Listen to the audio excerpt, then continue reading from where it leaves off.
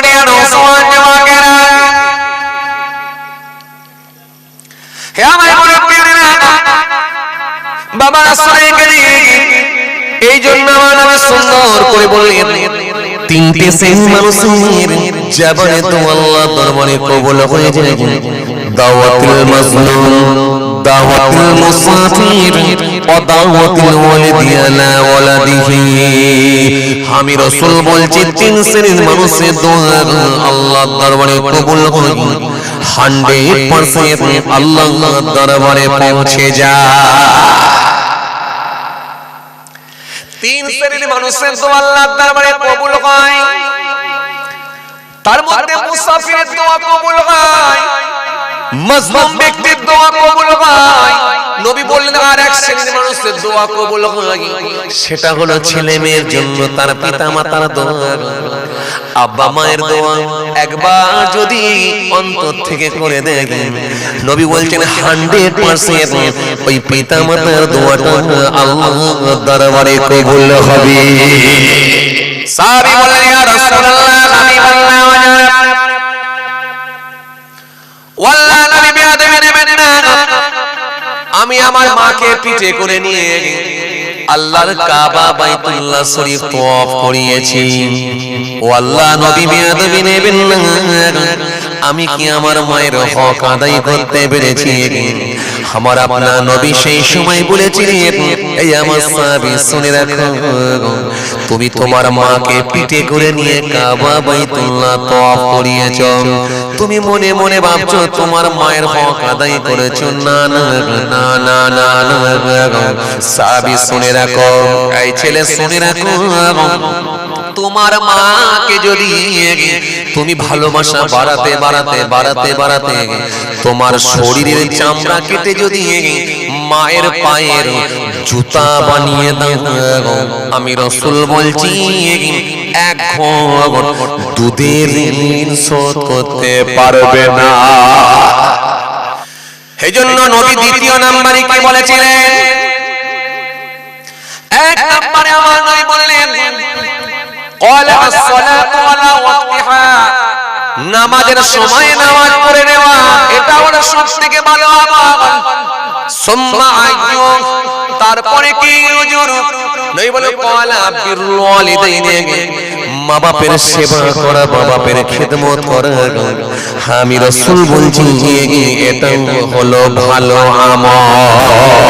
তোমার বাপ মাকে যদি খুশি রাখতে পারো, মায়ের মুখ দিয়ে যদি হাসিটা দেখতে পারো, তোমার বাপের মুখে যদি হাসি ফোটাতে পারো, তোমার মায়ের মুখে যদি হাসি ফুটিয়ে দিতে পারো, আমি রাসূল বলছি এটাও হবে ভালো আমল। এজন্য মা বাপ যদি একটু পক্ষে চলে যায়, বাপ যদি পক্ষে চলে যায়, মা যদি ছেলের পক্ষে চলে যায়, বাপ মাকে যদি খুশি করে দিতে পারে, একবার মিষ্টি কথা বলে যদি মায়ের সঙ্গে কথা বলে মায়ের মুখে হাসি ফুটিয়ে দিতে পারে, রাসূল বলছে আল্লাহ এত খুশি হয়ে যায়, একটা কবুল করা হজের সওয়াব আল্লাহ লিখে দেয়। হযরত ওমর ফারুক রাস্তা দিয়ে মাতাল বসে বসে মদের বোতল খানা নিয়ে বসে আছে, মদটা খাবে একটু আনন্দের সঙ্গে। হযরত ওমর ফারুক সেই রাস্তা দিয়ে হেঁটে হেঁটে যাচ্ছেন। হযরত ওমর ফারুকের চোখে পড়ে গেল দূরে একজন লোক বসে আছে, মদের বোতল হাতে করে নিয়ে। হযরত ওমর ফারুক প্রয়োজনীয় কাজ বন্ধ করে দিয়ে ওই মানুষটার দিকে হাঁটতে লাগলেন। হযরত ওমর ফারুক কাছাকাছি পৌঁছে গেলেন। ওই মাতালটি হযরত ওমর ফারুককে দেখতে পেয়ে গেল।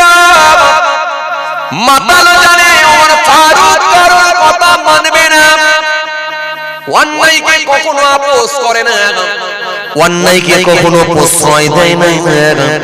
যিনি ন্যায় আর অন্যায়কে পৃথক করে দেবার মতো ক্ষমতা রাখতেন হযরত ওমর ফারুক। ওই মাতাল বুঝতে পেরে গেল এখন আর কোনো রিকোয়েস্ট চলবে না, কোনো আপোষ চলবে না, কোনো কম্প্রোমাইজ চলবে না। ওই মাতাল সেই সময় ভয় পেয়ে গিয়ে আল্লাহর দরবারে কান্না শুরু করলেন, মালিক জীবনে আর কোনোদিন মদ খাবো না, জীবনে আর কোনোদিন শরাব পান করবো না, যদি আজকে আপনি আমাকে হযরত ওমর ফারুকের হাত থেকে বাঁচিয়ে দেন।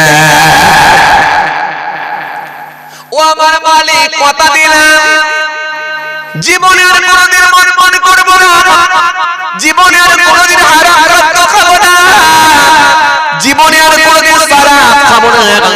আজকে যদি আপনি আমাকে ওমর ফারুকের হাত থেকে বাঁচান, ও আমার আল্লাহ, ও আমার মালিক, আপনি আমার মদের বোতলটাকে গরম দুধের বোতল বানিয়ে দেন, হযরত ওমর ফারুকের হাত থেকে বাঁচান। কান্না বেড়ে গেল, কেননা ওই মদখোর তখন কাঁদছিল মৃত্যুর ভয়ে, কারণ সে জানে মৃত্যু আমার খুব নিকটে, মৃত্যুর ভয় মানুষের ভেতরে সব থেকে বড় ভয়। তখন ওই মাতালটি এত কান্না জুড়ে দিয়েছে আর মদের বোতলের দিকে তাকাই, আমার এই মদের বোতলটা দুধের বোতল হলো নাকি? না না না না, এখনো পর্যন্ত গরম দুধের বোতলে পরিবর্তন হয় না, এখনো পর্যন্ত গরম দুধের বোতলে পরিণত হয় না। ওই মাতালের তখন কান্না বেড়ে গেল, ঝরঝর করে কাঁদেন। হযরত ওমর ফারুক যখন একেবারে নিকটে এসে পৌঁছেছে, কাছে এসে পৌঁছেছে, ওই মাতালটি তখন ভয় পেয়ে গিয়ে ওই মদের বোতলটাকে দূরে ছুঁড়ে ফেলে দিয়েছে। হযরত ওমর ফারুক মাতালের সামনে পৌঁছে গেলেন, ওই মাতাল চোখের পানি মুছে নিয়ে হুজুরের সামনে মুচকি হাসি দিলেন। হযরত ওমর ফারুক বললেন, কি বাবা, কি খবর বাবা, তোমার হাতে কি ছিল, ওটা কেন ফেলে দিলে একবার বলো? হাতে কি ছিল, ফেলে দিলে কেন? কি ছিল বলো আমাকে। হযরত ওমর ফারুক যখন একটা হাঁকার মেরে বললেন, কি ছিল হাতে বলো আমাকে। মাতালটি তখন ভয় পেয়ে গিয়ে বলল, হুজুর বেয়াদবি নেবেন না, ওয়াল্লাহ নবী সাদিক ও দ্বিতীয় খলিফা, খলিফাতুল মুসলিমিন হযরত ওমর ফারুক বেয়াদবি নেবেন না হুজুর, আমার হাতেতে ছিল গরম দুধের বোতল, ফেলে দিয়েছি। হযরত ওমর ফারুক বললেন, বাবা দুধ তো বড় নিয়ামত, আল্লাহর নবী বড় পছন্দ করতেন, তুমি দুধের বোতল কেন ফেললে একবার বলো। মাতালটি বলল, হুজুর বেয়াদবি নেবেন না, ওটা ছিল অত্যাধিক গরম, অতিরিক্ত গরম হওয়ার কারণে হাতেতে না রাখতে পেরে আমি ফেলে দিয়েছি। হযরত ওমরকে এত সহজেই বোঝানো যাবে না, এত সহজেই ভুল বোঝানো যাবে না। হযরত ওমর ফারুক বললেন, তাই যদি হয় যাও ওই গরম দুধের বোতলটা একবার তুলে নিয়ে এসো, আমি ওমর নিজে চোখে দেখতে চাই। এবারে খুব ভুল বোঝাচ্ছে না, এবারে কি হবে, তুলে নিয়ে এসো দেখি, আমাকে নিজে চোখে দেখতে চাইলে এসো। হযরত ওমর ফারুক যখন এই কথা বলেছেন, মাতালের আর কোনো রাস্তা নাই, ওই মাতাল তখন কান্না বেড়ে গেল, এখনই আমার মৃত্যু হবে, তরোয়াল দিয়ে আমাকে দু টুকরো করে দেবে। কান্না তখন বেড়ে গেল, ওই মাতাল তখন কন্দন করতে করতে কাঁদতে কাঁদতে কাঁদতে কাঁদতে মদের বোতলের সামনে গিয়ে হাজির হয়ে গেল, আর বারে বারে বলছে, আল্লাহ আজকের দিনে যদি আপনি আমাকে ক্ষমা করে দেন, মাফ করে দেন, আমি আপনাকে কথা দিলাম, ওয়াদা দিলাম, জীবনে আর কোনদিন মদ পান করব না। আর আমার আল্লাহ বলেছেন, তওবাকারীকে আমি আল্লাহ বড় ভালোবাসি। ইন্নাল্লাহা ইউহিব্বুত তাওয়াবিন আল্লাহ বলেছেন তওবাকারীদেরকে আমি বড় ভালোবাসি আর পবিত্রতা অর্জনকারীদেরকে আমি আল্লাহ বড় পছন্দ করি। যখন বান্দা আমার কাছে ফিরে আসবে আমি কথা দিচ্ছি, তুমি যদি আমার হয়ে যাও আমি কথা দিলাম তোমার হবে, এটা আমার আল্লাহর ওয়াদা। খিতু মাথালটি যখন দুধের বোতল মনে করে হযরতে ওমর ফারুককে বলে যখন ওই মদের বোতলের সামনে গিয়ে পৌঁছে গেলেন, কানতে কানতে কানতে কানতে বলেন মালিক আজকের দিনটা তুমি এই মদের বোতলটাকে গরম দুধের বোতলে পরিণত করো, জীবনে আর কোনদিন মদ পান করবো না, খাবো না। কান্না বেড়ে গেল আর মনে মনে ভাবলো এখন কি গরম দুধের বোতল হলো, কিন্তু না না না না না না, ওই মদের বোতলের সামনে গিয়ে দেখে তখন পর্যন্ত কিন্তু মদের বোতলই আছে। মাতালের কান্না বেড়ে গেল, ঝরঝর করে কাঁদে আর মদের বোতলটা হাতে করে ওঠায় তুলে বালাগান আওফা বিহাদিহি আত্তাকা ইউহিব্বুল মুত্তাকিন।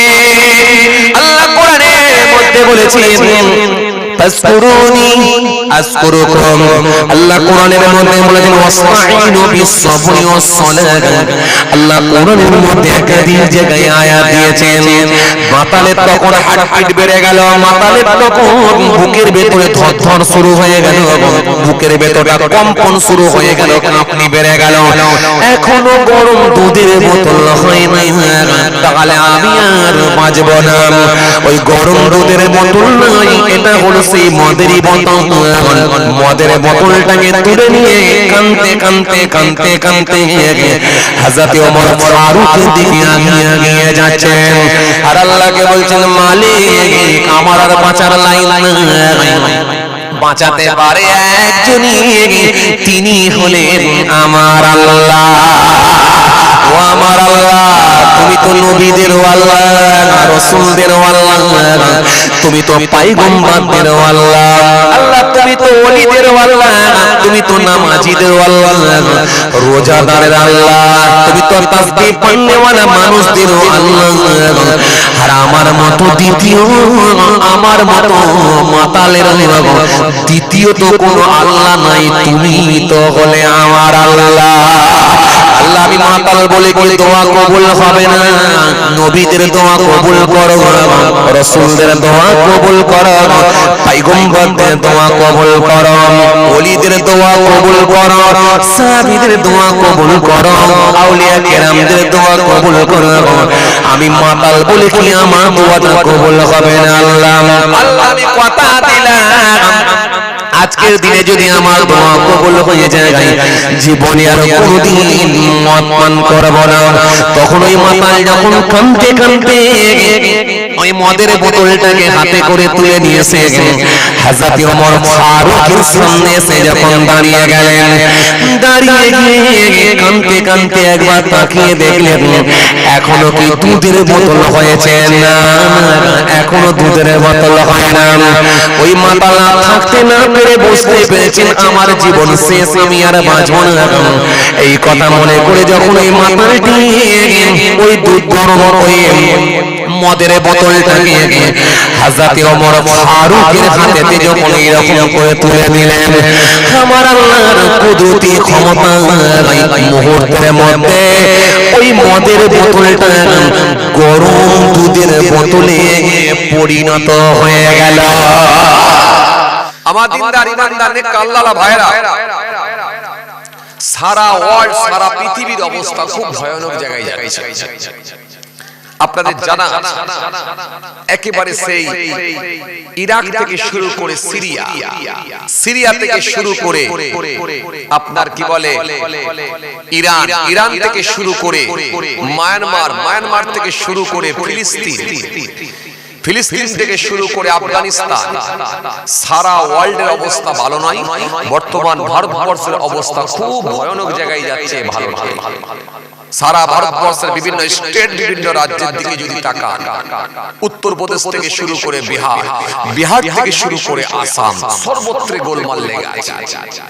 মানুষ আর শান্তিতে নাই। সে কি হিন্দু, কি মুসলমান, কি শিখ, কি ইসাই, যে কোনো কমিউনিটির মানুষ হোক, যে কোনো ধর্মের মানুষ হোক, প্রত্যেকের ভেতরে একটা চিন্তিত, একটা টেনশন ঢুকিয়ে দেওয়া হয়েছে। মানুষের ভেতর থেকে সব এখন সেই যে মানুষের ভেতরে আনন্দ, এটাকে কেড়ে নেওয়া হয়েছে। এটা অন্য কিছু না, নিছক একটাই কারণ, সেটা হচ্ছে তাদের কাছে আর নেতাদের কাছে আর কিছু নাই।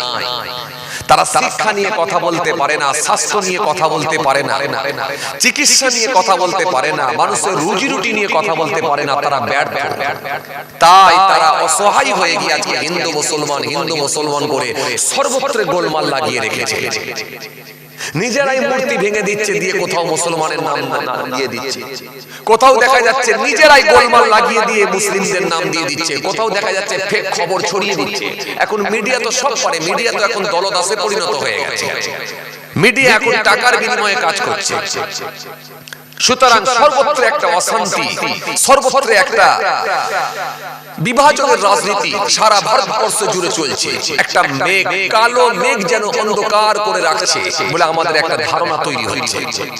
আর এইভাবে যদি চলতে থাকে, আগামী দিন কিন্তু আরো ভয়ানক জায়গায় যাবে। এই যে বর্তমানে এসআইআর শুরু হয়েছে, প্রথমে খুব সহজভাবে মানুষ ফর্ম ফিল আপ করেছিল। বলা হয়েছিল যাদের 2002 এর লিস্টে আছে, কোন দিক দিয়ে যদি লিংক করে দিতে পারে, ম্যাপিংটা ঠিক রেখে যদি ভোটার আপনার কি বলে ফর্মটা ফিল আপ করতে পারে, কোনো সমস্যা নাই। বাপের হোক, দাদুর হোক, পদ্দাদুর হোক, কিংবা মায়ের হোক, কারো না কারোর নাম থাকবে তো রে বাবা। এই বলে মানুষকে সহজভাবে সুকৌশলে মাথাটা খালি ঢোকাতে বলেছে, খালি মাথাটা মানুষ প্রবেশ করিয়েছে। ব্যাস, এখন একটার পর একটা ইস্যু তৈরি করে যে কোনো ভাবে হোক মানুষকে ডি ভোটার, ডাউটফুল ভোটার বানানোর একটা চক্রান্ত চলছে। এজন্য সব মিলিয়ে কিন্তু পরিস্থিতি খুব ভয়ানক জায়গায় যাচ্ছে। আগামী দিন আরো খারাপ হবে। এখনই সোশ্যাল মিডিয়ার মাধ্যম দিয়ে আমরা দেখতে পাচ্ছি চারিদিকে ওই চোর, ভাঙচুর ইত্যাদি ইত্যাদি চলতে শুরু হয়েছে। আগামী দিন কিন্তু আরো খারাপ জায়গায় যাবে। 14 তারিখের পর থেকে মনে হয় আরো খারাপ জায়গায় যাবে। সব মিলিয়ে পরিস্থিতি খুব ভয়ানক। বলবেন হুজুর এই সময় করার কি আছে? এই সময় একটাই রাস্তা, সেটা হচ্ছে আল্লাহমুখী হয়ে যাওয়া, দিনমুখী হয়ে যাও, আল্লাহমুখী হয়ে যাও, দিনমুখী হয়ে যাও, আল্লাহর দিকে ফিরে আসা, চোখের পানি ছেড়ে কাঁদা, এছাড়া আর দ্বিতীয় কোনো রাস্তা আছে বলে আমার মনে হচ্ছে না। এই আল্লাহমুখী যদি হন লাভ কি হবে? আল্লাহমুখী হলে, দিনমুখী হলে লাভ এটাই হবে, আমার মালিক যদি হেফাজত করেন নিশ্চিতভাবে আপনি সুপ্রিম কোর্ট পর্যন্ত পৌঁছাতে পারবেন। বিচারকদের মনে একটা দয়া মায়া আল্লাহই দিতে পারে। নিশ্চিতভাবে তারা অন্তত হক আর না হকটাকে তারা বলতে পারবে। অন্তত তারা সুপ্রিম কোর্টের বিচারপতি যারা আছেন, মহামান্য বিচারপতিরা অন্তত নিশ্চিতভাবে ন্যায় কথাগুলো বলবেন, এটা আমরা আশা রাখব। এজন্য আপনি যদি আল্লাহমুখী হয়ে যান, বাঁচাতে পারেন আমার আল্লাহ। কেন? আমার আল্লাহর ওয়াদা আছে, লা তাহিনু ওয়ালা তাহজানু ওয়া আনতুমুল আ'লাউনা ইন কুনতুম মুমিনিন। খবরদার তোমরা ঘাবড়াবে না, চিন্তিত হয়ো না, ভেঙে পড়ো না, তোমরাই বিজয়ী হবে। শর্ত একটা, ইন কুনতুম মুমিনিন, যদি তোমরা মুমিন হও, যদি তোমরা মুমিন হয়ে যাও। এটা আল্লাহর ওয়াদা। হে ঈমানদারেরা, তোমরা চিন্তা করবে, চিন্তা করবে। আসেন, আল্লাহমুখী যদি হতে হয় আমাদেরকে কতগুলো করণীয় কাজ, সেগুলো অন্তত আমাদেরকে করতে হবে। এই করণীয় যে কাজগুলো আছে সেগুলো অন্তত আমাদের মানতেই হবে। কি কাজ করব? এক, ঈমান তো আমাদের থাকবে। সূরা বাকারার মধ্যে আল্লাহ রাব্বুল আলামিন বলেছেন, যালিকাল কিতাব লা রাইবা ফীহি হুদাল লিল মুত্তাকিন। এই সেই কিতাব যার মধ্যে কোনো সন্দেহের অবকাশ নেই। হুদাল লিল মুত্তাকিন, মুত্তাকিদের জন্য হেদায়েত। কারা মুত্তাকি? আল্লাযীনা ইউমিনুনা বিল গায়ব, যারা গায়েবের উপরে বিশ্বাস করে। আল্লাযীনা ইউমিনুনা বিল গায়ব, যারা গায়েবের উপরে ঈমান এনেছে, বিশ্বাস করেছে, না দেখে বিশ্বাস, এটার নাম হলো ঈমান। আল্লাযীনা ইউমিনুনা বিল গায়ব ওয়া ইউকিমুনাস সালাহ, আর 5 ওয়াক্ত নামাজ আদায় করেছে, নামাজ আমি আল্লাহ তাদেরকে যা রিজিক দিয়েছি তা থেকে আমার রাস্তায় কিছু হালাল রিজিক থেকে কিছু আমার রাস্তাতে ব্যয় করে দিয়েছে। ঠিক এই কথাটাই নবীকে জিজ্ঞাসা করা হয়েছিল, আইয়ুন নাসি খায়রুন ইয়া রাসূলুল্লাহ।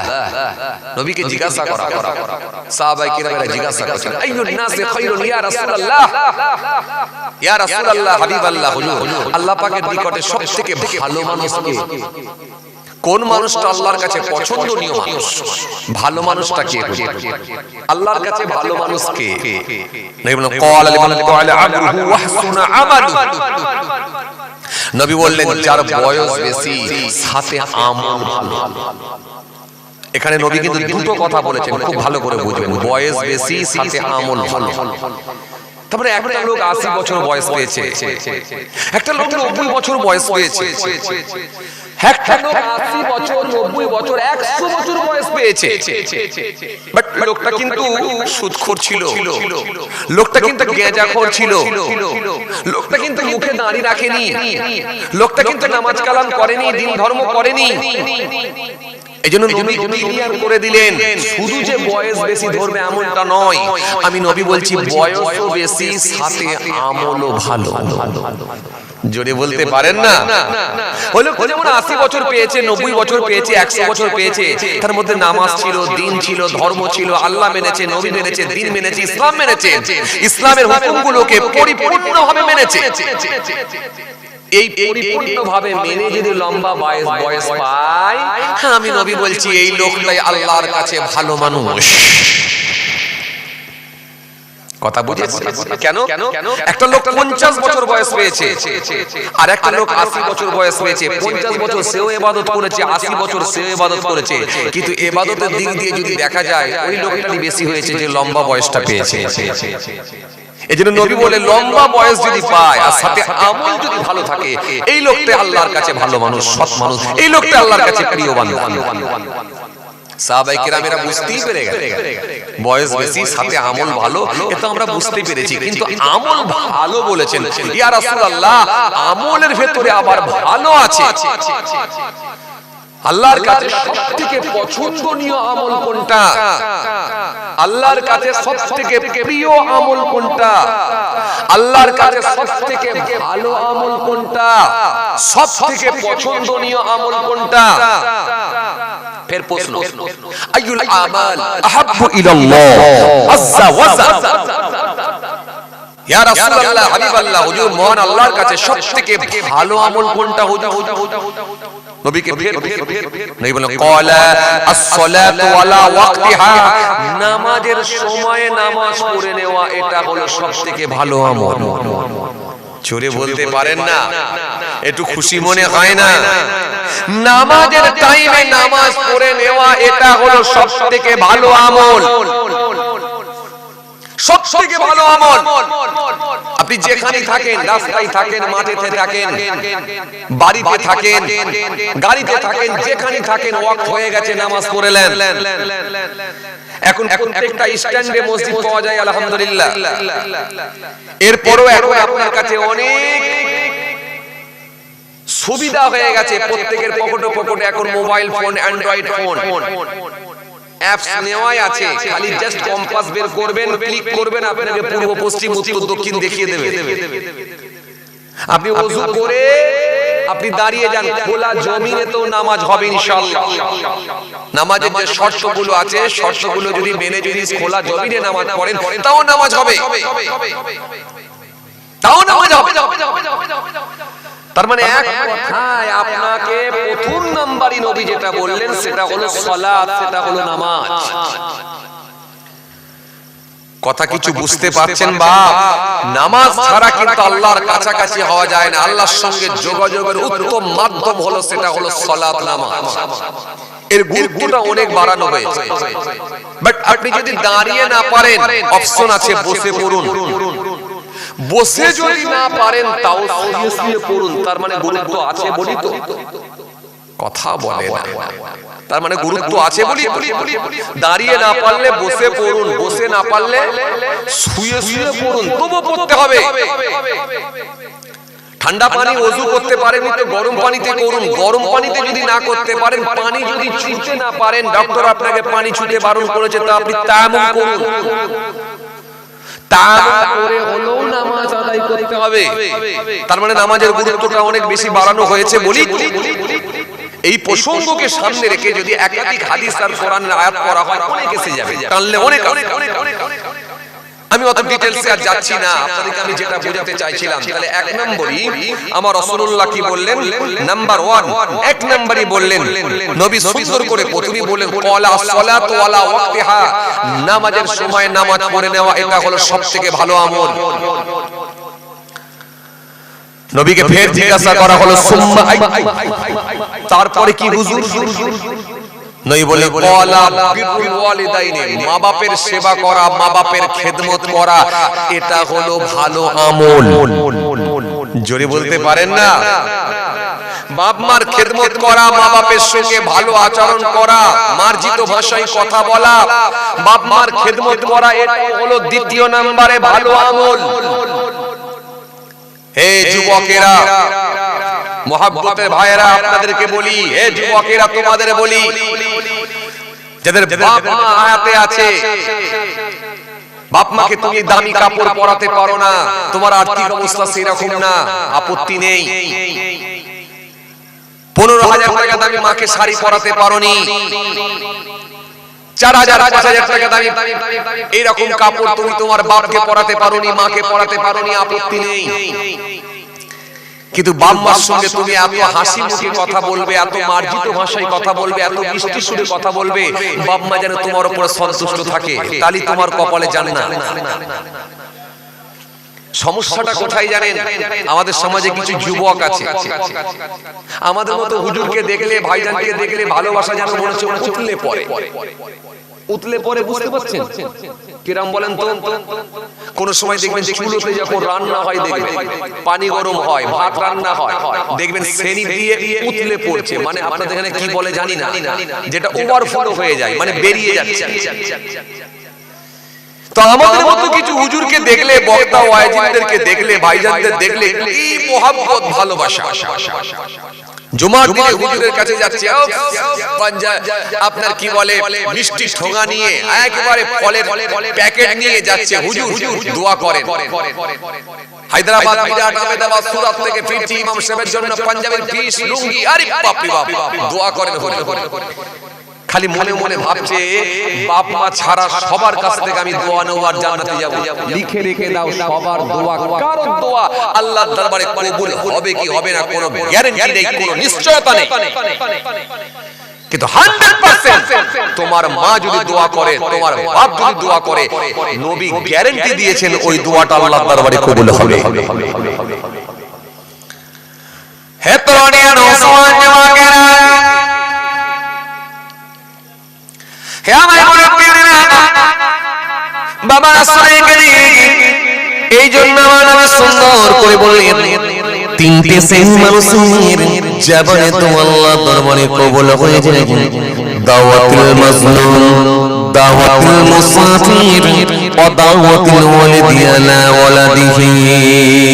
আমি রাসূল বলছি, তিন শ্রেণীর মানুষের দোয়া আল্লাহ দরবারে কবুল হয়, 100% আল্লাহর দরবারে পৌঁছে যায়।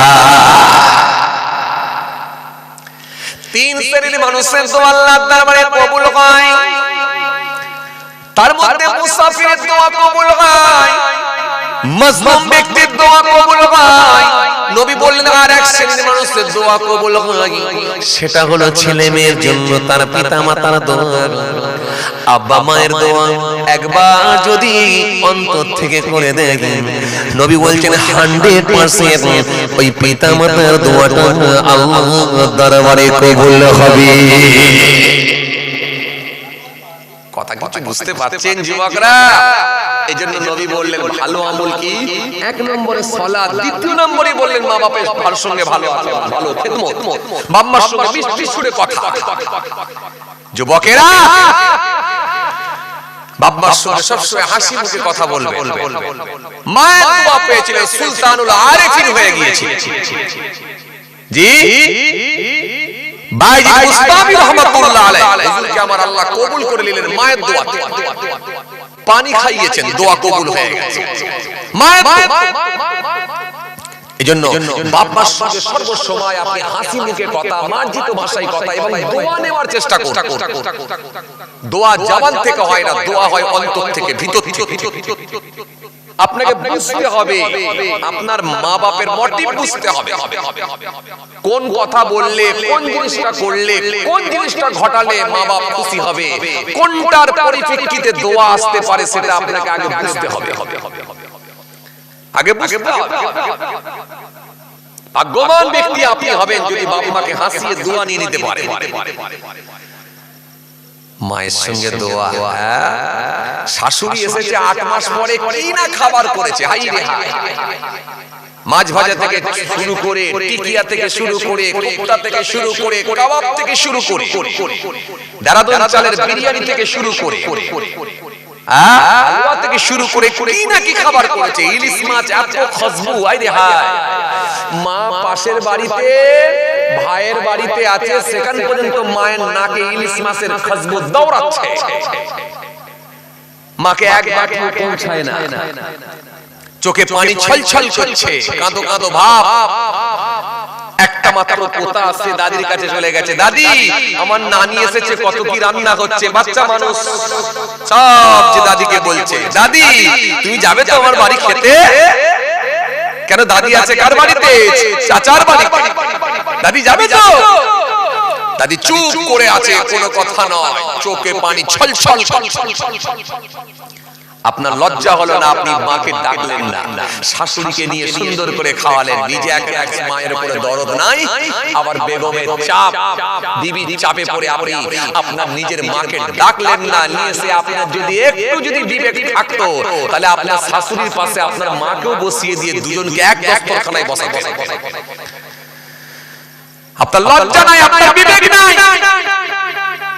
চুপ করে আপনি আপনার শাশুড়ির জন্য সবকিছু আইটেম করে তৈরি করে খাইয়ে দিলেন, আর মা চোখ ভরা পানি নিয়ে, বুক ভরা বেদনা নিয়ে ওইখানে চুপ করে বসে আছে। 3 দিন পরে যখন কলকাতা চলে যাচ্ছেন, মায়ের সঙ্গে দেখা করে, মা দোয়া করিস তাহলে কলকাতায় যাচ্ছি। মা কি বলবে? দোয়া হবে? মা একটু মাথাটা নেড়ে দিয়ে বলল, হ্যাঁ বাবা যা। কিন্তু না, দোয়া জবান থেকে হয় না, দোয়া ভিতর থেকে। এটা দোয়া পাবেন না আপনি। দোয়া পাওয়ার জন্য আপনাকে কৌশল তৈরি করতে হবে, দোয়া নেওয়ার কৌশল আছে। এই পৌষ মাসের ঠান্ডা, প্রচন্ড ঠান্ডা, পৌষ মাসের প্রচন্ড ঠান্ডায় মা বিছানায় শুয়ে আছে, শয়ন করেছে, শুয়ে আছে। 10:30টা 11টা বাজছে, ঘরের ভিতরে চলে যান, গিয়ে দেখেন মা জোরো হয়ে শুয়ে আছে। মাকে গিয়ে বলি, মা কি বাবা? ভিতর থেকে বলছে, কি বাবা? মা প্রচন্ড শীত করছে, তোমাকে ঠান্ডা লাগছে? মা না বাবা তেমন ঠান্ডা লাগেনি। যখন বলেছে তেমন ঠান্ডা লাগেনি, তখন আপনাকে বুঝতে হবে তার মানে মাকে প্রচন্ড ঠান্ডা লাগছে, নিশ্চয়ই কষ্ট পাচ্ছে। কোনো কথা বললেন না, রাতটা কেটে গেল।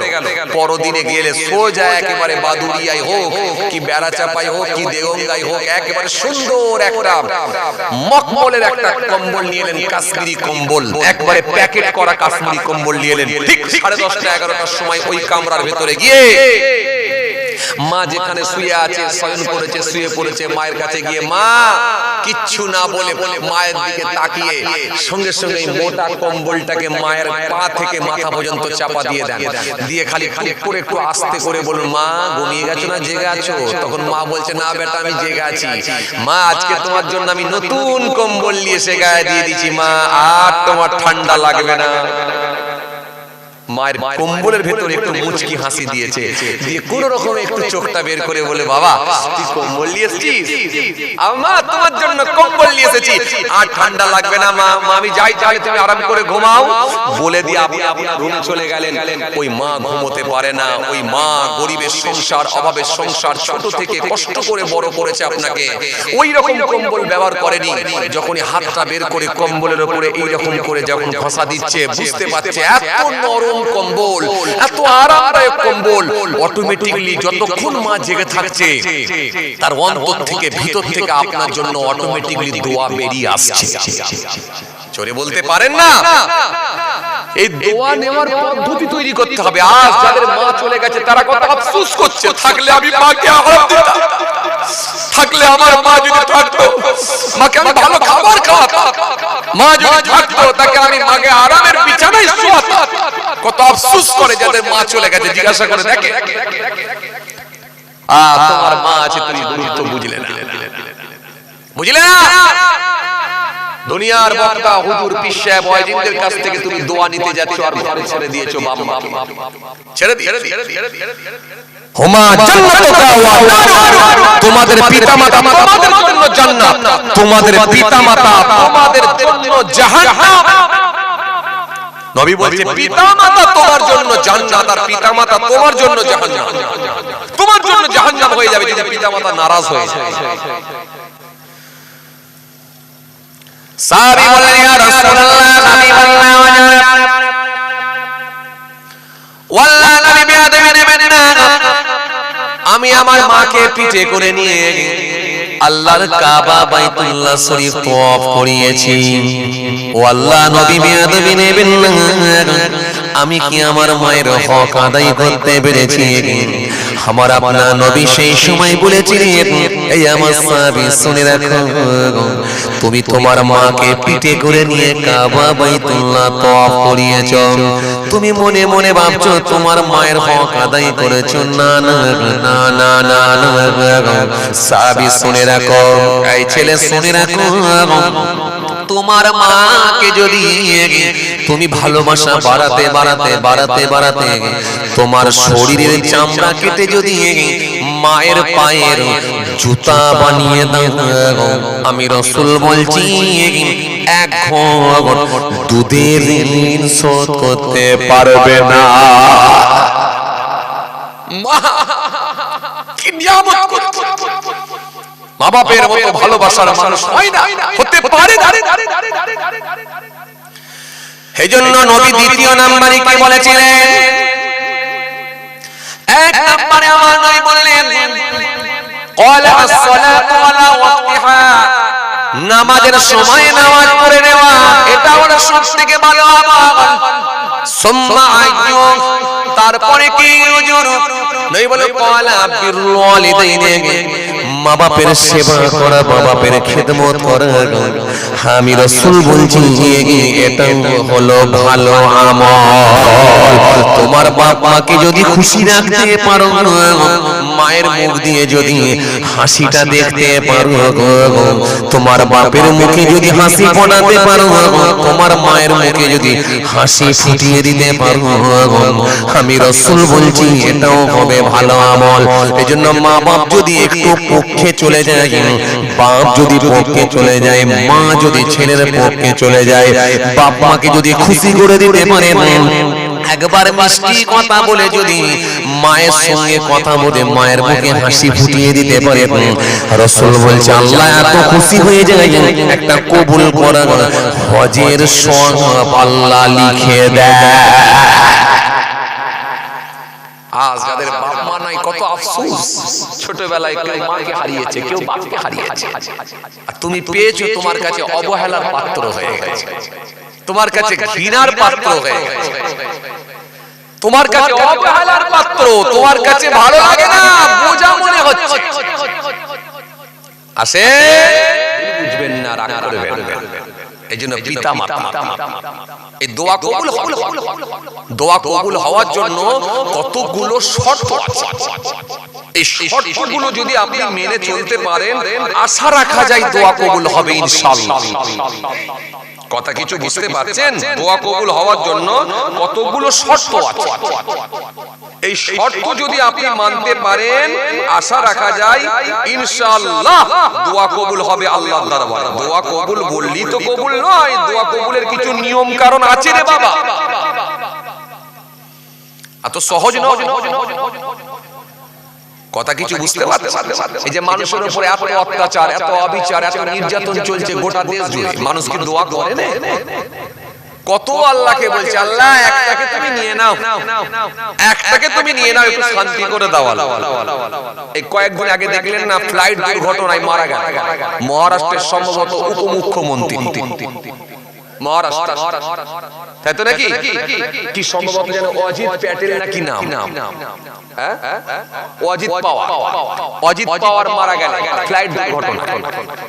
অথচ পাবলিকের সঙ্গে যাত্রা করছিলেন এমনটা নয়, স্পেশাল ফ্লাইট, আলাদা ফ্লাইট, যেখানে নিজে আছেন এবং নিজের ফোর্স, সিকিউরিটি, নিজের বডিগার্ড ইত্যাদি সবকে নিয়ে ফ্লাইটে করে যাচ্ছেন। সেটা আর সাধারণ ভাবে আর 5টা যাত্রীর সঙ্গে যাচ্ছেন না, ফ্লাইট দুর্ঘটনায় মারা গেলেন। তাহলে মৃত্যুটা কত কাছে। কিন্তু আল্লাহ ইচ্ছা করলেই তো এরকম বড় বড় মাসমানকে কয়েক সেকেন্ডের মধ্যে মেরে দিতে পারে। পারে কি পারে না? সব পারে। কিন্তু আল্লাহ এর মধ্যে নিশ্চিতভাবে কিছু না কিছু ভালাই রেখেছেন। হতে পারে এটা ঈমানদার দিগকে আল্লাহ পরীক্ষা নিতে চাইছেন। আর নাতে পাপীর সংখ্যা বেড়ে যাওয়ার কারণে আল্লাহ জালেমদেরকে পাঠিয়ে শাস্তি দিতে চাইছেন। চোখের সামনে মানুষ গৃহহীন হবে, চোখের সামনে মানুষ বাসহীন হয়ে যাবে, স্বামী ইন্ডিয়ান হবে আর বিবিকে তারা ডিভোটার বানিয়ে অবৈধ ভোটার বলে তাদেরকে টেনে নিয়ে চলে যাবে। বিবি এদেশের ইন্ডিয়ান ভোটার বলে সাব্যস্ত হবে আর স্বামীকে তারা অবৈধ ভোটার বলে অবৈধ ভোটার বলে তারা জোর করে তারা অবৈধ ভোটার বানিয়ে তারা স্বামীকে বিবির কাছ থেকে ছিনিয়ে নিয়ে চলে যাবে। যেগুলো হচ্ছে ইতিমধ্যে আসামে হচ্ছে, উত্তরপ্রদেশে হচ্ছে, আমার বাংলাতেও হতে চলেছে।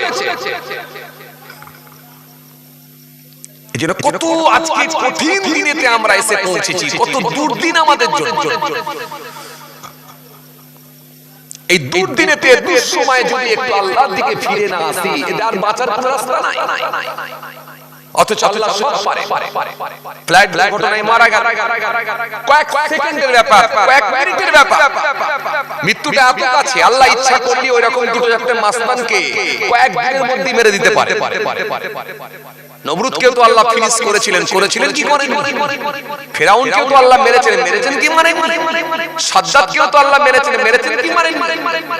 আমাদের কাজ হচ্ছে আল্লাহর দিকে ফিরে আসা, একমাত্র আল্লাহর কাছে চাওয়া। আল্লাহর দিকে যদি আমরা ধাবিত হতে পারি, দোয়া যদি আল্লাহর দরবারে কবুল হয়, ইনশাআল্লাহ কাজ হবে। দোয়া কবুলের জন্য কতগুলো শর্ত আছে, এই শর্ত মেনে আপনি দোয়া চান আল্লাহর দরবারে, আশা করা যায় ইনশাআল্লাহ আপনার জবানের দোয়া আল্লাহর দরবারে কবুল হয়ে যেতে পারে ইনশাআল্লাহ। আপনি চিন্তিত হবেন না, আশা করা যায় আপনার জবানের দোয়া আল্লাহর দরবারে কবুল হয়ে যেতে পারে ইনশাআল্লাহ। আপনি চিন্তিত হবেন না। দোয়া কবুলের জন্য আমি 7টা শর্ত পেয়েছি। কথা শুনছেন বাবাজি? দোয়া কবুলের জন্য আমি 7টা শর্ত পেয়েছি। 7টা যদি শর্ত মেনে আপনি দোয়া চাইতে পারেন, আশা করা যায় আল্লাহর দরবারে কবুল হতে পারে ইনশাআল্লাহ। 7টা শর্ত। 1 নম্বরে কি? 1 নম্বরে আপনাকে 1 নম্বরে গীবত মুক্ত হতে হবে। গীবত মুক্ত বোঝেন? এর কথা ওকে বলে দেওয়া, ওর কথা ওকে বলে দেওয়া, আপোষের মধ্যে অশান্তি তৈরি করা, আপোষের মধ্যে ঝগড়া লাগিয়ে দেওয়া, এই গীবত মুক্ত হতে হবে 1 নম্বরে। বাবা একটু আওয়াজ কম করতে বলো তো ওদেরকে। কথা শুনছেন? আওয়াজ হচ্ছে বুঝে নেওয়ার জিনিস, খুব ঠান্ডা বেড়ে বুঝে নেবেন। 1 নম্বরে কি? গীবত মুক্ত হওয়া। গীবত, এখন দেখবেন মানুষের সঙ্গে সম্পর্ক থাকে, এটা লোক পছন্দ করে না। আর আগেকার দিনে মানুষের সঙ্গে সম্পর্ক নষ্ট হলে লোকে চাইতো যাতে করে সম্পর্কটা তৈরি করে দেওয়া যায়। আর এখন মানুষের সঙ্গে সম্পর্ক থাকলে এটা নষ্ট করে দেওয়া যায় কি করে, এটা মানুষ চিন্তা করে। এজন্য একটা কথাই বলে মাঝে মাঝে দেখবে, সাপে যদি কামড়ায় সেই বিষ তোলার ব্যবস্থা আছে। সাপে কামড়ালে তার জন্য বিষ তোলার মেডিসিন আছে, ইনজেকশন আছে। কিন্তু মানুষের কানেতে যদি বিষ ঢেলে দেয়, সেই বিষ তোলার কোনো ওষুধই না। সন্ধ্যেবেলা যার সঙ্গে কি গল্প কি খাতির একসঙ্গে চা খেয়েছে, সকালবেলা সেই লোকটা আপনার সঙ্গে কথা বলতে চায়। তার মানে ওই যে কানেতে বিষ ঢেলে এজন্য গীবতের গুনাহটা এত বেশি মারাত্মক গুনাহ, নবী বলছে জিনাকারী থেকেও বেশি গুনাহ সেটা হলো গীবতকারী। গীবতের পাপ, এই পাপ ভয়ঙ্কর কথা কিছু বুঝে আসছে? এই যে গীবত মুক্ত হতে হবে, এর কথা ওকে বলে দেওয়া, ওর কথা ওকে বলে দেওয়া, আপোষের মধ্যে গোলমাল লাগিয়ে দেওয়া। আবার কিছু লোক তো এখন বেরিয়েছে তৈরি করে করে কথা বলা, তৈরি করে করে। তার মানে কিরকম? আপনার মেয়ের বিয়ে দেবেন আপনি, আলহামদুলিল্লাহ দেখা শোনা সব কমপ্লিট পাকা হয়ে গেছে, ডেটটা তারিখটা ঠিক করবেন আর বিবাহ হবে। পাশের বাড়ি কিংবা তার পাশের বাড়ি খবর পেয়ে গেল, যে কোনো ভাবে ছেলে পক্ষের কাছে খবরটা জানতেন, ছেলে পক্ষের কাছ থেকে যে কোনো ভাবে ছেলে পক্ষের কাজ পর্যন্ত নাম্বারটা জোগাড় করে ফেলে জোগাড় করে এখান থেকে ফোন মেরে বলছে কাকে কাকে বৌমা করছো, মেয়ে তো ভালো নয়, মাথায় গায়ে কাপড় দেয় না, ক্যারেক্টার খারাপ, এটা ওটা করে আপনি আপনার মতো তৈরি করে বানিয়ে বানিয়ে বলে একটা মেয়ের বিবাহকে ভেঙে দিলে। সমাজে এমন লোক আছে না? না কথা বলেন, আছে না? নাই আছে। এটা কত বড় অন্যায় জানেন, কত বড় অপরাধ জানেন? এজন্য রাসূল হাদিসের মধ্যে বলেছেন ওয়ালা ইয়াকুম যান্না ফা ইন্না যান্না আকযাবুল হাদিস। ধারণা করে কথা বলো না। মেয়েটা রাস্তা দিয়ে আসছিল, স্কুল থেকে আসছিল, ভুলবশত তার মাথার উন্নাটা একবার নেমে গিয়েছিল, আবার উন্নাটা তুলে পড়েছে। তা বলে তুমি ছড়িয়ে দিয়ে যে ওই মাথায় গায়ে কাপড়ই দেয় না, দিয়ে শ্বশুরবাড়ির তরফের লোককে ফোন করে বলে দিয়ে কান ভাঙানি দিয়ে কানেতে বিষ ঢেলে দিয়ে সম্পর্কটা পুরো নষ্ট করে দিলে, বিয়েটা হতে দিলেন। قال إياكم والظن فإن الظن أكذب الحديث। ধারণা করে কথা বলো না, আন্দাজে কথা বলো না। আন্দাজে কথা বলা, ধারণা করে কথা বলাটা হলো বড় পাপ, ধারণা করে কথা বলাটাই হলো মিথ্যা। আজকে এইরকম লোক আছে না? নাই সমাজে? কথা বলছেন না কেন? এই কথা বলছেন না কেন? ফোন করে যে আপনি বিষ ঢেলে দিলেন কানেতে, ঢেলে দিয়ে সম্পর্ক নষ্ট করে দিলেন, আবার এত বড় দাঁড়িয়ে এসে আবার মসজিদে যে নামাজ পড়ছেন, কিছু হবে? আর আল্লাহর দরবারে বলেন দোয়া চাইছি তো, কিছু হবে? হবে না, হবে না। এই ধারণা করে কথা তৈরি করে বলে দেওয়ার লোক আজকের দিনে বেশি। মারাত্মক গুনাহ, মারাত্মক গুনাহ। খুব ভালো করে বুঝে রাখে, ধারণা করে তৈরি করে কথা বলে কিছু লোক আছে। দেখে কিরকম বলেন তো? আপনি আপনার ছেলের বিয়ে দিয়ে দিয়েছেন, আলহামদুলিল্লাহ, ভালো কথা, বিয়ে হয়ে গেল, বিয়ে হয়ে গেছে। এক সপ্তাহ পরে দেখা যাচ্ছে আপনার ছেলে সম্বন্ধী সালা বাবু, ছেলে সালা একটা লাল কালারের মোটরসাইকেল নিয়ে এসে দরজায় দাঁড় করিয়ে রেখেছে। যে লাল কালারের মোটরসাইকেল নিয়ে এসে দরজায় দাঁড় করিয়ে রেখেছে, অমনি মাচায় বসে বসে তিনটে ছেলে চারিদিকে ছড়িয়ে দিল, এই রে দেখলি না, এই যে অমুক রে অমুক খুব নামাজ পড়ে, আবার এত বড় দাঁড়িয়ে বললো আমি আমার ছেলের বিয়েতে যৌতুক নেবো না। বিয়ে দিয়েছে এক সপ্তাহ আগে, মোটরসাইকেল আজকে এসে হাজির হয়ে গেল। অথচ মোটরসাইকেলটা নিয়ে এসেছে কে? ছেলে সম্বন্ধী সালা। এটা আপনি জামাইকে দেননি, বরং আপনার সালা, আপনার আত্মীয় নিয়ে এসেছে আপনার বাড়িতে, মোটরসাইকেল নিয়ে এসেছে। তার কি আপনার বাড়িতে আসার রাইট নাই? কিন্তু সারা এলাকায় ছড়িয়ে গেল বিয়েতে মোটরসাইকেল নিয়েছে, এক সপ্তাহ পরে এসে ঢুকেছে। অথচ আপনি নিজেই জানেন না যে আমার নামে এরকম ছড়িয়ে গেল। এগুলো হচ্ছে তৈরি করে করে কথা বলা। এই তৈরি করে করে যদি কথা হয়, নবী বলছেন এটা হলো মারাত্মক গুনাহ। এইজন্য গীবতকারীর দোয়া কবুল হবে না, গীবতকারীর দোয়া কবুল হবে না, এক নম্বর শর্ত। নাম্বার 1। দ্বিতীয় নাম্বার, 2 নম্বরে কি? 2 নম্বরে বলা রাসূলুল্লাহ সুন্দর করে হাদিস দিয়েছে, আল্লাহ নবী সুন্দর করে বললেন দ্বিতীয় নম্বরে 2 নম্বর হলো হারাম ভক্ষণকারী দোয়া কবুল হবে না। এখন 100টা লোকের ভেতরে 95টা লোক এখন হারাম খাদ্যের সঙ্গে যুক্ত। 90 থেকে 95টা লোক। কথা ঠিক বলছি না ভুল বলছি?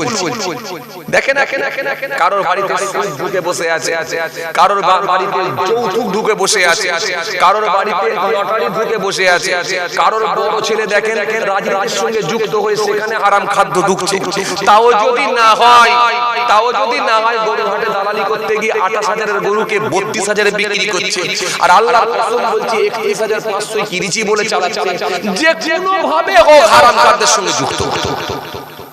তাও যদি না হয়, দরবেশ চাচা, সুফি চাচা, এত বড় দাঁড়ি, পাড়ায় একটা বিয়ে হচ্ছে, কার বিয়ে? একটা মহিলার বিয়ে হচ্ছে, মহিলাটার বাপ হলো মারাত্মক একটা সুদখোর। এই সুদখোরের মেয়ের বিয়ে হচ্ছে, 27 রকমের আইটেম। দুই চাচাকে দাওয়াত দিয়েছে, দুই চাচা মসজিদে আসরের নামাজ পড়ে কনফিউজে পড়ে গেছে, দাওয়াত খেতে যাবো কি যাবো না। এক চাচা আর এক চাচাকে বলছে দাওয়াত দিল গো, অমুক বড় আশা করে, কি করবে গো, যাবে না যাবে না? তখন আর এক চাচা বলছে কি করবে বলো দেখিনি, শুনেছি তো নাকি ওই লোকটা সুদ খায়, যাবে? তখন এ বলছে কি করবে বলো দেখিনি, তুমি কি আর চোখে দেখতে গেছো সুদ খাই কি খাই?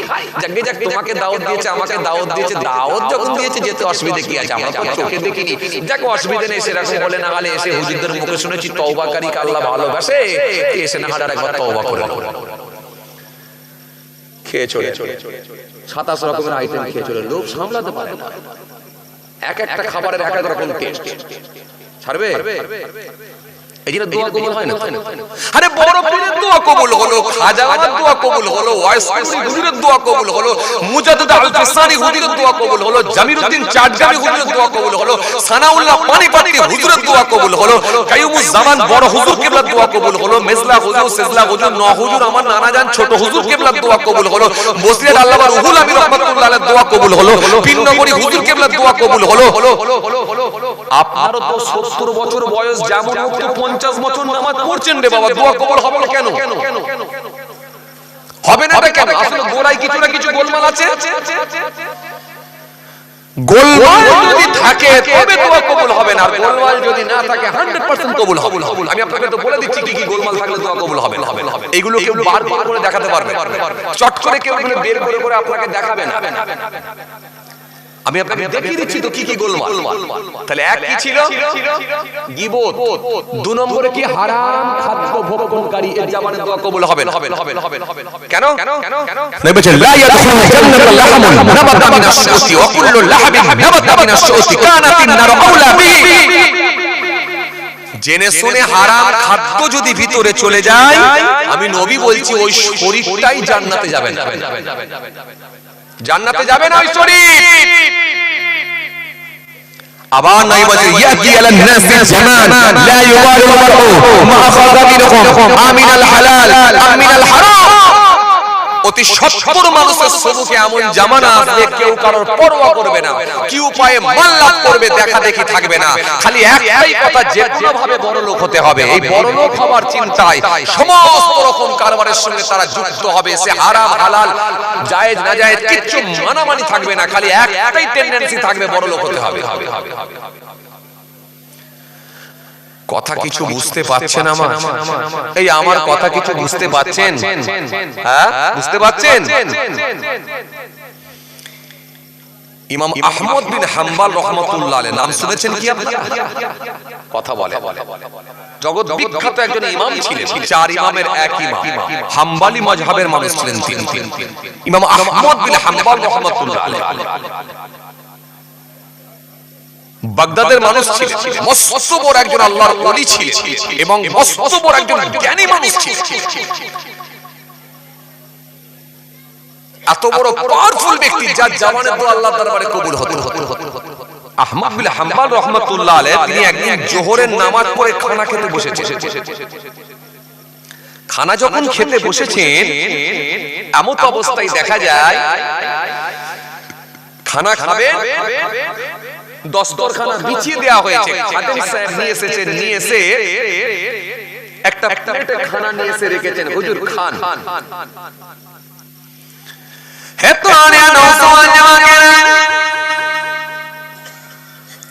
হে আমি মুরব্বিরা, বাবা আসলে গেলে কিতাবের মধ্যে পাওয়া যায় ইমাম আহমদ বিন হাম্বল রাহমাতুল্লাহ আলাইহি যখন প্লেটটাকে একবার খানি তুললেন, ঢাকনাটা যখন খুলে দেখলেন, ওই প্লেটটা যখন তুলেছে হুজুর আমার দেখতে পেলেন ওই খানাটা হলো বিরিয়ানি, পোলাও বিরিয়ানি। ইমাম আহমদ বিন হাম্বল রাহমাতুল্লাহ আলাইহি বলেন, বাবা ফাতে আমার দরবারে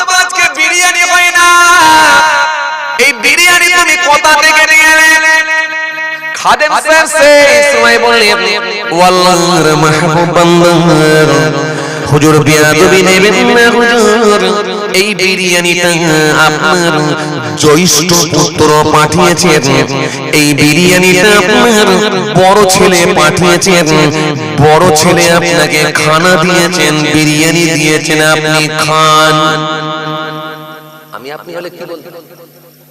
ছেলে আমাকে কত ভালোবাসে, আর কোনো কথা নাই, ছেলে দিয়েছে মানে কথা বলে না, ছেলে দিয়েছে মানে চালিয়ে যাও, আরে বাপ রে বাপ, ছেলে দিয়েছে মানে কত মহব্বত করে বলি তো দিয়েছে।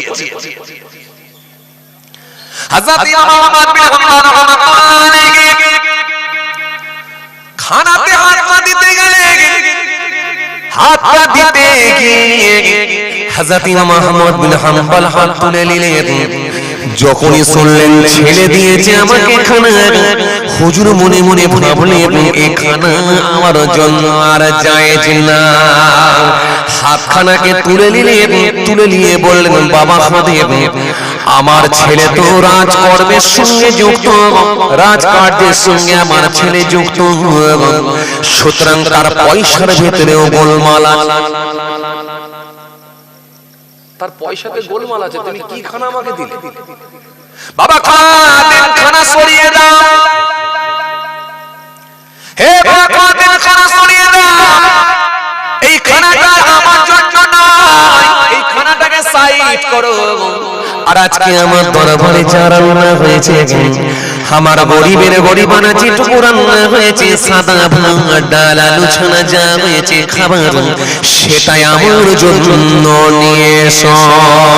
খাদেম আর কোনো কথা না বলে ওই বিরিয়ানিটা পোলাওটাকে তুলে নিয়ে একটা সাইড করে তাকের উপর রেখে দিলেন। আর ইমাম আহমদ বিন হাম্বল রাহমাতুল্লাহ আলাইহির জন্য বাড়িতে যে সাদা মাটা খানা রান্না ছিল, সেটাকে নিয়ে হুজুরের জন্য হাজির করলেন। হুজুর খান আল্লাহর ওলি হযরত ইমাম আহমদ বিন হাম্বল রাহমাতুল্লাহ আলাইহি আল্লাহর নাম নিয়ে খানা খেতে লাগলেন। আল্লাহর নাম নিয়ে খানা খাচ্ছেন। খানার প্রথম অংশ থেকে খাচ্ছেন, ডান দিক দিয়ে শুরু করেছেন, যে পরিমাণ খানা খেতে পারবেন সে পরিমাণই খানা নিয়েছেন। নিয়ে হুজুর আমার খানা খেয়ে নিলেন। খানা খাওয়া হয়ে গেল, হুজুর আমার চেটে খেলেন। চেটে খাওয়াটাও সুন্নাত, চেটে খাওয়ার পরে একটা দোয়া পড়াটাও সুন্নাত। আলহামদুলিল্লাহিল্লাযী আত'আমানা ওয়া সাকানা ওয়া জা'আলানা মিনাল মুসলিমিন। সমস্ত প্রশংসা সে আল্লাহ তাআলার জন্য, যিনি আমাকে খাইয়েছেন, পান করিয়েছেন, মুসলমানের অন্তর্ভুক্ত করেছেন। এই দোয়াটা পড়াও হলো সুন্নাত। মহব্বতের সুবহানাল্লাহ বলেন না, একটু মহব্বতে বলেন না। এই যে একবার সুবহানাল্লাহ বললেন, আল্লাহ খুশি হয়ে গিয়ে আপনাকে 10টা নেকি দিয়ে দিলেন। কি চাপ আপনার? দুবার বললেন, এই যে 10টা করে 20টা নেকি পেয়ে গেলেন। এই যে আবার একবার 10 বের একবার সুবহানাল্লাহ বললেন, ফের একটা বেড়ে গিয়ে 30টা হয়ে গেল। আবার এই যে বললেন 40টা হয়ে গেল। আবার এই যে একবার বললেন 50টা। এখানে তো আপনি ইনকাম করার জন্য এসেছেন রে বাবা। তো ইনকাম করতে গিয়ে যদি ঢিলেমি দেন তাহলে কি আর ইনকাম হবে? আপনি রাস্তার উপরে চায়ের দোকানটা খুলেছেন, কিছু ইনকাম করবেন। এখন চায়ের দোকান খুলে দিয়ে যদি চেয়ারে বসে বসে ঘুমান, কোন লরি গাড়ি দাঁড়াবে, ড্রাইভার দাঁড়াবে আর দাঁড়াবে, 4 চাকা গাড়ি এসে দাঁড়াবে, দাঁড়িয়ে খালি কি করে দেখছে দোকানদার ঘুমাচ্ছে, বলছে চল চল পালিয়ে চল। ই যেন মনে হচ্ছে দোকানদারি করতে এসেছে। ফিলাক্সের চা, অহংকারের চা, আবার এখন ঘুমোচ্ছে। একটু ভাবলুন টাটকা তৈরি করে চা দিতে বলবো, ঘুমোচ্ছে। শীতের সময় সে কবেকারের চা খাবো, চলো অন্য দোকানে খাবে, চল। তাহলে আপনার লস হবে, খরিদ্দার পালাবে। আর আপনি এখানে ঘুমিয়ে চোখ বন্ধ করে বসে থাকেন, একবার সুবহানাল্লাহ বলবেন না, দরুদ শরীফ পড়বেন না, আলহামদুলিল্লাহ বলবেন, আল্লাহু আকবার এটা বলবেন না।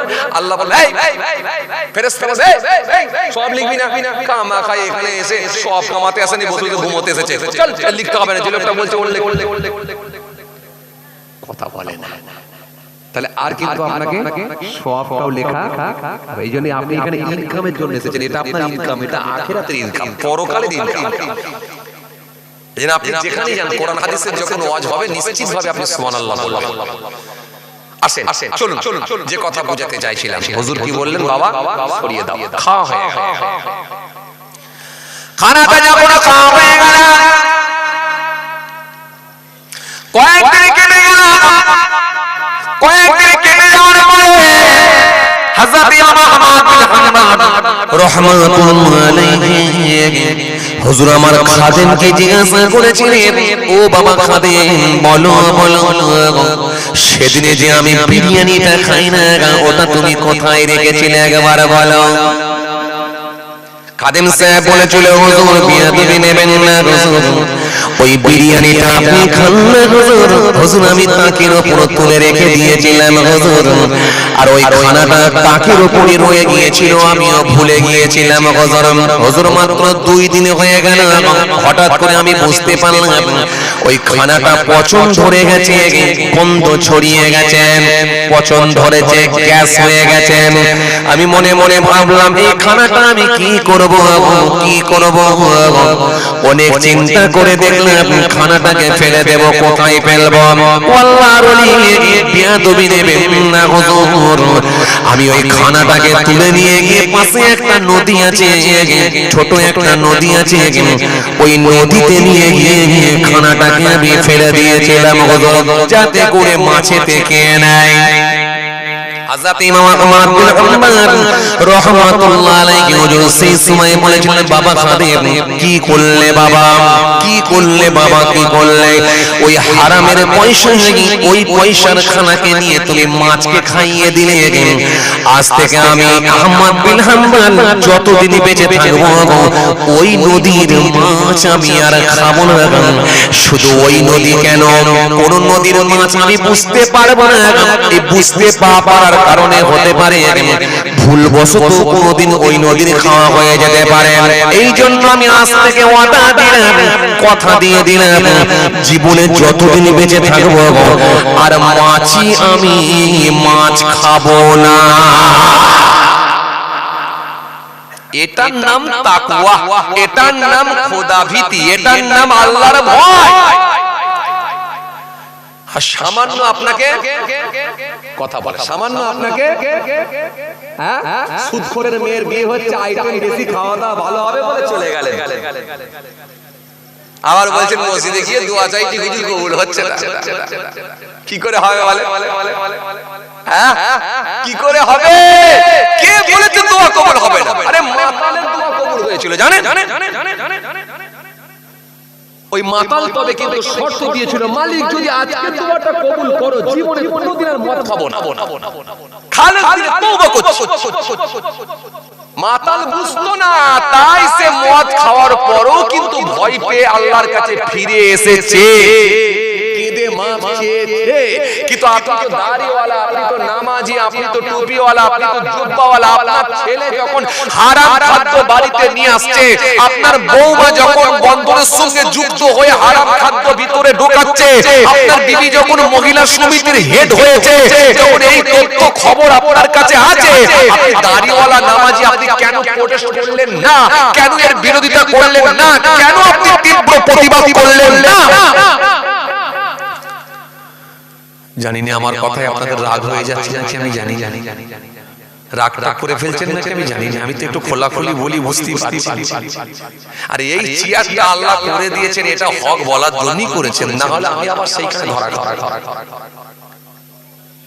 তো সুতরাং আমি আপনাকে যেটা বুঝাতে চাইছিলাম, মাতাল ভুলবশত খেয়েছে, পরে বুঝেছে, মাফ চেয়েছে, আল্লাহ তাকে কবুলও করেছে। কিন্তু আপনি জানার পরে, নামাজি হওয়ার পরও কেন আপনি সেই তার অন্যায় কাজ কেন আপনি করবেন? কথা কিছু বুঝতে পারছেন? বুঝে যাচ্ছে? মাতালের দোয়া কবুল হয়েছে, আপনি মনে মনে ভাবলেন হুজুর তা আবার হয় কেন? এই আজকে আপনারা শুনেন না, খলিফা ওমর ফারুক হুজুরের জামানায় একজন মাতাল মদ খেতে গিয়েছিল। এই ওয়াজ কি শুনেন না? হযরত ওমর ফারুক সেই রাস্তা দিয়ে হাঁটছিলেন, হাঁটতে হাঁটতে দেখেন একজন লোক দূরে বসে আছে মদের বোতল হাতে করে নিয়ে। হযরত ওমর ফারুক রাগান্বিত হলেন, রেগে গেলেন। ওমর ফারুক খুব রাগী ছিলেন, কথা কম কাজ বেশি, তরোয়াল দিয়ে দুখণ্ড করে দিতে, তরোয়াল দিয়ে দ্বিখণ্ডিত করে দিতে, তরোয়াল দিয়ে দুটো করে দিতে হযরত ওমরের বেশিক্ষণ সময় লাগতো না। রাষ্ট্রীয় পাওয়ার ছিল হযরত ওমরের, অন্যায় আর ন্যায়কে পৃথক করে দিয়েছিলেন। কোরআন স্পষ্ট ঘোষণা দিয়েছে লা ইকরাহা ফিদ-দ্বীন ক্বাদ তাবায়্যানা মিনাল গায়ব। কোরআন স্পষ্ট ঘোষণা দিয়েছে ধর্মে কোনো জবরদস্তি নাই। স্পষ্ট হয়েছে সত্য আর মিথ্যা, স্পষ্ট হয়েছে হারাম আর হালাল, স্পষ্ট হয়েছে হক আর না হক। এই হক আর না হককে পরিষ্কার করে দেওয়া হয়েছে কোরআনের মাধ্যম দিয়ে। হযরত ওমর ফারুক কোরআনের আইনকে মান্যতা দিয়ে এই বিচার করে নিজের ছেলেকে পর্যন্ত মারতে মেরে ফেলেছিলেন শরাব খাওয়ার অপরাধে, মদ খাওয়ার অপরাধে। হযরত ওমর ফারুক নিজের ছেলেকে পর্যন্ত মেরে ফেলেছিলেন মারতে। এই অন্যায় হযরত ওমর ফারুক কখনো মেনে নিতে পারেন না। তো আজকে আপনাদের শোনা নেই, কথা বলে না, শোনা নেই, বারবার শোনা আছে, একবার দুবার নয় একাধিকবার শোনা আছে। আমি খালি জাস্ট আপনাকে ধরিয়ে দিলাম। হযরত ওমর ফারুক রাস্তা দিয়ে হেঁটে যাচ্ছেন, মাতাল বসে মদের বোতল খানা নিয়ে বসে আছে, মদটা খাবে একটু আনন্দের সঙ্গে। হযরত ওমর ফারুক সেই রাস্তা দিয়ে হেঁটে যাচ্ছেন। হযরত ওমর ফারুকের চোখে পড়ে গেল দূরে একজন লোক বসে আছে মদের বোতল হাতে করে নিয়ে। হযরত ওমর ফারুক প্রয়োজনীয় কাজ বন্ধ করে দিয়ে ওই মানুষটার দিকে হাঁটতে লাগলেন। হযরত ওমর ফারুক যখন কাছাকাছি পৌঁছে গেলেন, ওই মাতালটি হযরত ওমর ফারুককে দেখতে পেয়ে গেল। মাতাল জানে ওমর ফারুক কারোর কথা মানবে না, অন্যায়কে কখনো আপোষ করে না, অন্যায়কে কখনো প্রশ্রয় দেয় না। যিনি ন্যায় আর অন্যায়কে পৃথক করে দেবার মতো ক্ষমতা রাখতেন হযরত ওমর ফারুক। ওই মাতাল বুঝতে পেরে গেল এখন আর কোনো রিকোয়েস্ট চলবে না, কোনো আপোষ চলবে না, কোনো কম্প্রোমাইজ চলবে না। ওই মাতাল সেই সময় ভয় পেয়ে গিয়ে আল্লাহর দরবারে কান্না শুরু করলেন, মালিক জীবনে আর কোনোদিন মদ খাবো না, জীবনে আর কোনোদিন শরাব পান করবো না, যদি আজকে আপনি আমাকে হযরত ওমর ফারুকের হাত থেকে বাঁচিয়ে দেন। ও আমার মালিক কথা দিলাম, জীবনে আর কোনোদিন মদ পান করবো না, জীবনে আর কোনোদিন হারাম খাদ্য খাবো না, জীবনে আর কোনোদিন শরাব খাবো না। আজকে যদি আপনি আমাকে ওমর ফারুকের হাত থেকে বাঁচান, ও আমার আল্লাহ, ও আমার মালিক, আপনি আমার মদের বোতলটাকে গরম দুধের বোতল বানিয়ে দেন, হযরত ওমর ফারুকের হাত থেকে বাঁচান। কান্না বেড়ে গেল, কেননা ওই মদখোর তখন কাঁদছিল মৃত্যুর ভয়ে, কারণ সে জানে মৃত্যু আমার খুব নিকটে, মৃত্যুর ভয় মানুষের ভেতরে সব থেকে বড় ভয়। তখন ওই মাতালটি এত কান্না জুড়ে দিয়েছে আর মদের বোতলের দিকে তাকাই, আমার এই মদের বোতলটা দুধের বোতল হলো নাকি? না না না না, এখনো পর্যন্ত গরম দুধের বোতলে পরিবর্তন হয় না, এখনো পর্যন্ত গরম দুধের বোতলে পরিণত হয় না। ওই মাতালের তখন কান্না বেড়ে গেল, ঝরঝর করে কাঁদেন। হযরত ওমর ফারুক যখন একেবারে নিকটে এসে পৌঁছেছে, কাছে এসে পৌঁছেছে, ওই মাতালটি তখন ভয় পেয়ে গিয়ে ওই মদের বোতলটাকে দূরে ছুঁড়ে ফেলে দিয়েছে। হযরত ওমর ফারুক মাতালের সামনে পৌঁছে গেলেন, ওই মাতাল চোখের পানি মুছে নিয়ে গেলেন, হুজুরের সামনে মুচকি হাসি দিলেন। হযরত ওমর ফারুক বললেন, কি বাবা, কি খবর বাবা, তোমার হাতে কি ছিল, ওটা কেন ফেলে দিলে একবার বলো। হাতে কি ছিল, ফেলে দিলে কেন, কি ছিল বলো আমাকে। হযরত ওমর ফারুক যখন একটা হাঁকার মেরে বললেন, কি ছিল হাতে বলো আমাকে। মাতালটি তখন ভয় পেয়ে গিয়ে বলল, হুজুর বিহাতে নেবেন না, ওয়াল্লাহ নবী সাদিক ও দ্বিতীয় খলিফা, খলিফাতুল মুসলিমিন হযরত ওমর ফারুক বিয়াদবি দেবেন না হুজুর, আমার হাতেতে ছিল গরম দুধের বোতল, ফেলে দিয়েছি। হযরত ওমর ফারুক বললেন, বাবা দুধ তো বড় নিয়ামত, আল্লাহর নবী বড় পছন্দ করতেন, তুমি দুধের বোতল কেন ফেললে একবার বলো। মাতালটি বলল, হুজুর বিয়াদবি নেবেন না, ওটা ছিল অত্যাধিক গরম, অতিরিক্ত গরম হওয়ার কারণে হাতেতে না রাখতে পেরে আমি ফেলে দিয়েছি। হযরত ওমরকে এত সহজেই বোঝানো যাবে না, এত সহজেই ভুল বোঝানো যাবে না। হযরত ওমর ফারুক বললেন, তাই যদি হয় যাও ওই গরম দুধের বোতলটা একবার তুলে নিয়ে এসো, আমি ওমর নিজে চোখে দেখতে চাই। এবারে খুব ভুল বোঝাচ্ছ না, এবারে কি হবে? তুলে নিয়ে এসো দেখি, আমাকে নিজে চোখে দেখতে চাই, নিয়ে এসো। হযরত ওমর ফারুক করে কথা বলতেন, মাতালের আর কোনো রাস্তা নাই। ওই মাতালটা বড় কান্না বেড়ে গেল, এখনই আমার মৃত্যু হবে, তরোয়াল দিয়ে আমাকে দু টুকরো করে দেবে। কান্না তখন বেড়ে গেল। ওই মাতাল তখন কন্দন করতে করতে কাঁদতে কাঁদতে কাঁদতে কাঁদতে মদের বোতলের সামনে গিয়ে হাজির হয়ে গেল আর বারে বারে বলছে, আল্লাহ আজকের দিনে যদি আপনি আমাকে ক্ষমা করে দেন, মাফ করে দেন, আমি আপনাকে কথা দিলাম, ওয়াদা দিলাম, জীবনে আর কোনদিন মদ পান করব না। আর আমার আল্লাহ বলেছেন, তওবাকারীকে আমি আল্লাহ বড় ভালোবাসি। ইন্নাল্লাহা ইউহিব্বুত তাওয়াবিন ওয়া ইউহিব্বুল মুতাতাহহিরিন।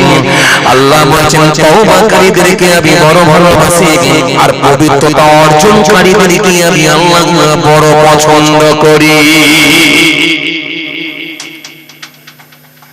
যখন বান্দা আমার কাছে ফিরে আসবে, কথা দিতে, তুমি যদি আমার হয়ে যাও, আমি কথা দিলাম তোমার হবে, এটা আমার আল্লাহর ওয়াদা। কিন্তু মাতালটি যখন দুধের বোতল মনে করে হযরত ওমর ফারুককে বলে যখন ওই মদের বোতলের সামনে গিয়ে পৌঁছে গেলেন, কাঁদতে কাঁদতে কাঁদতে কাঁদতে বলেন, মালিক আজকের দিনটা তুমি এই মদের বোতলটাকে গরম দুধের বোতলে পরিণত করো, জীবনে আর কোনদিন মদ পান করবো না, খাবো না। কান্না বেড়ে গেল আর মনে মনে ভাবলো, এখন কি গরম দুধের বোতল হলো, কিন্তু না না না না না না, ওই মদের বোতলের সামনে গিয়ে দেখে তখন পর্যন্ত কিন্তু মদের বোতলই আছে। মাতালের কান্না বেড়ে গেল, ঝরঝর করে কাঁদে আর মদের বোতলটা হাতে করে ওঠায়, তুলে বালাগাল আওফা বিহাদিহি ওয়াত্তাকা ইউহিব্বুল মুত্তাকিন। আল্লাহ কোরআনের মধ্যে বলেছেন, ফাসকুরুনি আযকুরুকুম। আল্লাহ কোরআনের মধ্যে বলেছেন, ওয়াসতাঈনু বিস-সাবরি ওয়াস-সালাত। আল্লাহ কোরআনের মধ্যে একাধিক জায়গায় আয়াত দিয়েছেন। মাতালের তখন হার্টবিট বেড়ে গেল, মাতালের তখন বুকের ভেতরে ধড়ধড় শুরু হয়ে গেল, বুকের ভেতরে কম্পন শুরু হয়ে গেল, কাঁপুনি বেড়ে গেল।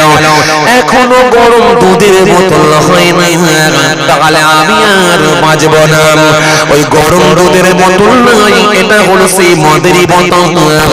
মদের বোতলটাকে তুলে নিয়ে কাঁদতে কাঁদতে কাঁদতে কাঁদতে হযরত ওমর ফারুক দিকে এগিয়ে যাচ্ছেন আর আল্লাহকে বলছেন, মালিক আমার আর বাঁচার লাইন নাই, বাঁচাতে পারে একজনই, তিনি হলেন আমার আল্লাহ। ও আমার আল্লাহ, তুমি তো নবীদের আল্লাহ, রাসূলদের আল্লাহ, তুমি তো পয়গম্বরদের আল্লাহ, আল্লাহ তুমি তো ওলিদের আল্লাহ, তুমি তো নামাজীদের আল্লাহ, রোজাদারের আল্লাহ, তুমি তো তাসবিহ পড়নেওয়ালা মানুষদের আল্লাহ। আর আমার মতো দ্বিতীয়, আমার মতো মাতালের দ্বিতীয়ত কোনো আল্লাহ নাই, তুমি তো হলে আমার আল্লাহ। আল্লাহ আমি মাতাল বলে কি দোয়া কবুল হবে না? নবীদের দোয়া কবুল করো, রাসূলদের দোয়া কবুল করো, পয়গম্বরদের দোয়া কবুল করো, ওলিদের দোয়া কবুল করো, সাহাবীদের দোয়া কবুল করো, আউলিয়া কেরামদের দোয়া কবুল করো। আমি মাতাল বলে কি আমার দোয়াটা কবুল হবে না? আল্লাহ আমি কথা দিলাম আজকের দিনে যদি আমার দোয়া কবুল হয়ে যায়, জীবনে আর কোনোদিন মদ পান করব না।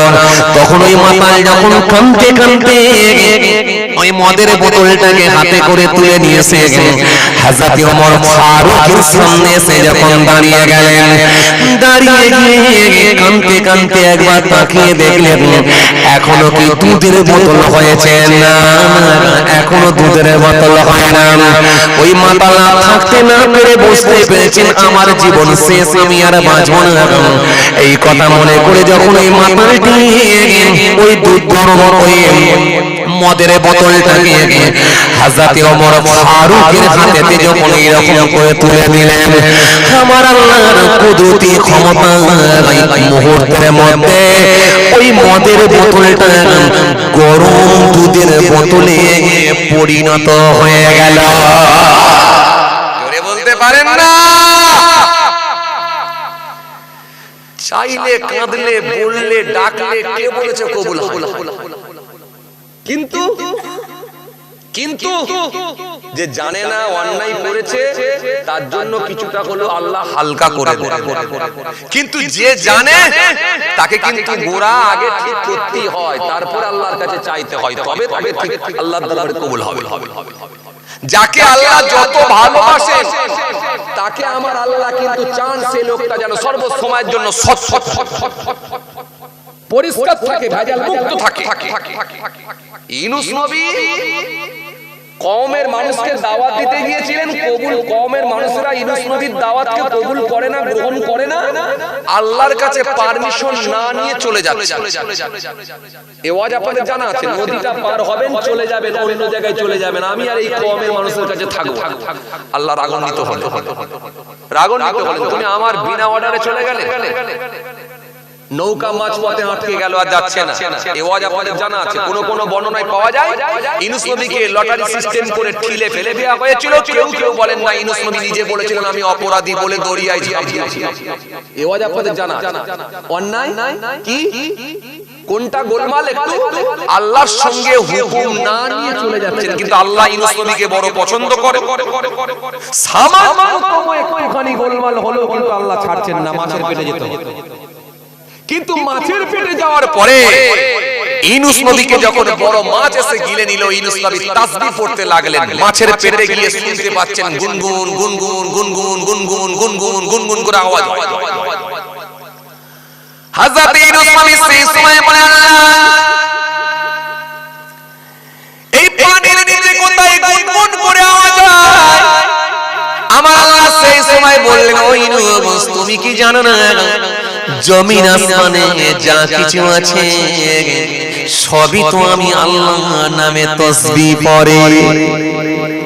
মহব্বতে বলবেন না, ওই ইউনূস তুমি কি জানো না জমিন আসমানে যা কিছু আছে সবই তো আমি আল্লাহর নামে তাসবিহ পড়ে। খালি তাসবিহ পড়ে না ওরা, কিছু অবাধ্য মানুষ আর কিছু অবাধ্য জিন, এই অবাধ্য জিন ছাড়া অবাধ্য মানুষ ছাড়া সমস্ত মাখলুকই তো আমি আল্লাহর নামে তাসবিহ পড়ে। জোরে বলতে পারেন না? ওই না সেই পানির নিচে যে পানিগুলো আছে আমি আল্লাহর নামে তাসবিহ পড়ছে, এই পানির নিচে যে বস্তুগুলো আছে সব আমি আল্লাহর নামে তাসবিহ পড়ছে, তাই এরকম তুমি আওয়াজ পাচ্ছ। হযরত ইউনূস সেই সময় বলতে লেগেছেন, আল্লাহ এই পানিরা যদি আপনাকে ভালোবেসে যদি তাসবিহ পড়তে পারে, আমি ইউনূস মাছের পেটে পানির ভেতরে আমি কি তাসবিহ পড়তে পারি না? হযরত ইউনূস তাসবিহ পড়তে লাগলেন, লা ইলাহা ইল্লা আনতা সুবহানাকা ইন্নী কুনতু মিনাজ জালিমিন। হযরত ইউনূস যখন তাসবিহ পড়তে লেগেছেন আমার আল্লাহ বড় খুশি হয়ে গেলেন।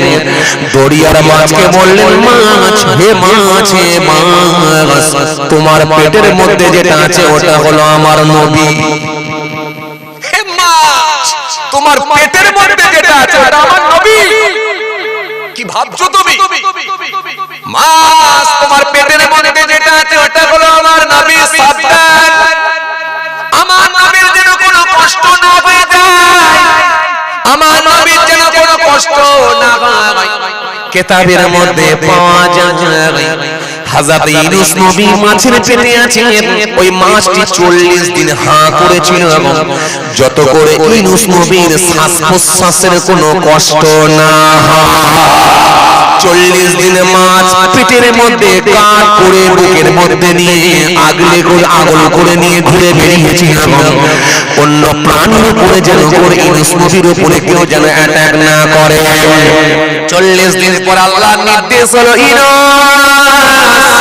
আমি আল্লাহ তোমাকে পানির নিচে রাখবো না। ইউনূস যাও, ইউনূস যাও, তুমি এবারে জমিনে চলে যাও। যে কওমের মানুষদের ভয়েতে ফিরে এসেছিলে আবার ওই কওমের মানুষকে দ্বীনের দাওয়াত দিতে যাও। আর আমার আল্লাহ মাছকে বললেন, মাছ যাও, তোমার পেটের ভেতরে যে আমার নবী আছে দরিয়ার সাইডে নিয়ে গিয়ে কিনারায় তাকে রেখে দিয়েছো। ওই মাছ আবার আঁকলে যেমন মানুষ বমি করে ওই বমি করার ইউনূস নবীকে আবার কিনারায় আবার পৌঁছে দিয়েছিল। কথা কিছু বুঝতে পারছেন? অস্বীকারের জায়গা নাই। তাহলে আল্লাহ যাকে ভালোবাসে তাকে সামান্যতম ভুল হলো কিন্তু আল্লাহ ছাড়ে না। এটা কেন হলো তোমার? এটা কেন হলো? কিছু বুঝতে পারছেন কথা আমি কি বোঝাতে চাইছি? এটা কেন হলো? মুহাম্মদ সাল্লাল্লাহু আলাইহি ওয়াসাল্লামকে কাফেররা কোন একটা সময় জিজ্ঞাসা করেছিলেন, কোন একটা বিষয়ে প্রশ্ন করেছিলেন। নবী মুহাম্মদ সাল্লাল্লাহু আলাইহি ওয়াসাল্লাম সে সময় খালি বলেছিলেন, আমি এটা আগামী কাল বলে দেব।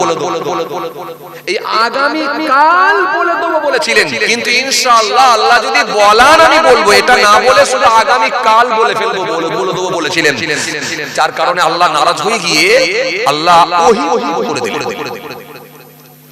কথা বুঝতে পারছেন? কেন? মুহাম্মদ সাল্লাল্লাহু আলাইহি ওয়াসাল্লামকে তো আমি সবথেকে ভালোবাসি, আর এই সময়ও তিনি আমাকে কেন বলবেন?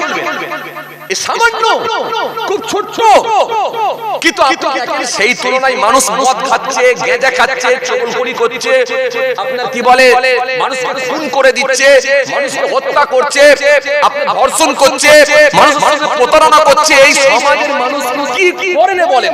অথচ তাকে রোগ মুক্ত গোটা শরীরকে আল্লাহ সতেজ রেখে আরামে সে জিন্দেগি কাটাচ্ছে।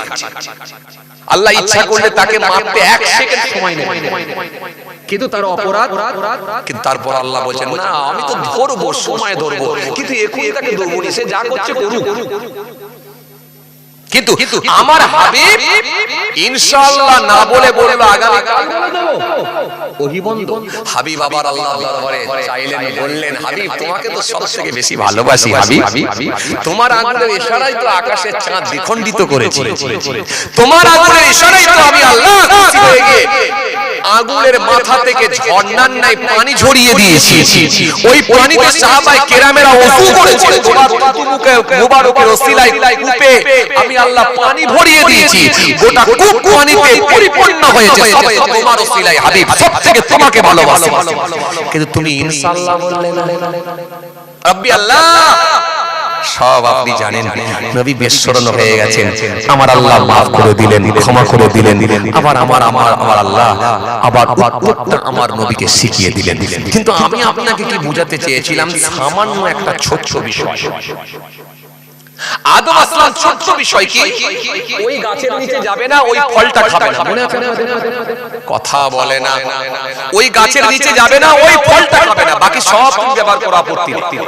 কিন্তু ইবলিস শয়তান যে কোনো ভাবি হোক, ছলে বলে কৌশলে যে কোনো ভাবি হোক, মা হযরতে হাওয়া আসলামকে কন্ট্রোল করে আদম আসলামকে খাওয়ালেন। আল্লাহ নারাজ, বের করলেন জান্নাত, দুজনকে দুই সাইডে করে দিলেন, যোগাযোগ বিচ্ছিন্ন হয়ে গেল। আদম আসলাম কাঁদতে শুরু করেছিলেন। কতদিন? কোনো বর্ণনায় 350 বছর, কোনো বর্ণনায় 300 বছর। 300 থেকে 350 বছর কাঁদতে হলো। আদম আসলাম কাঁদলেন, আল্লাহর কাছে মাপ চাইলেন। একটা ফল খাওয়া।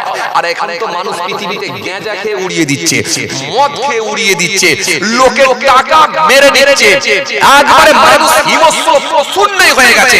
জ্যান্ত মানুষগুলোকে ধরে ধরে ধরে পিটিয়ে পিটিয়ে মেরে ফেলছে।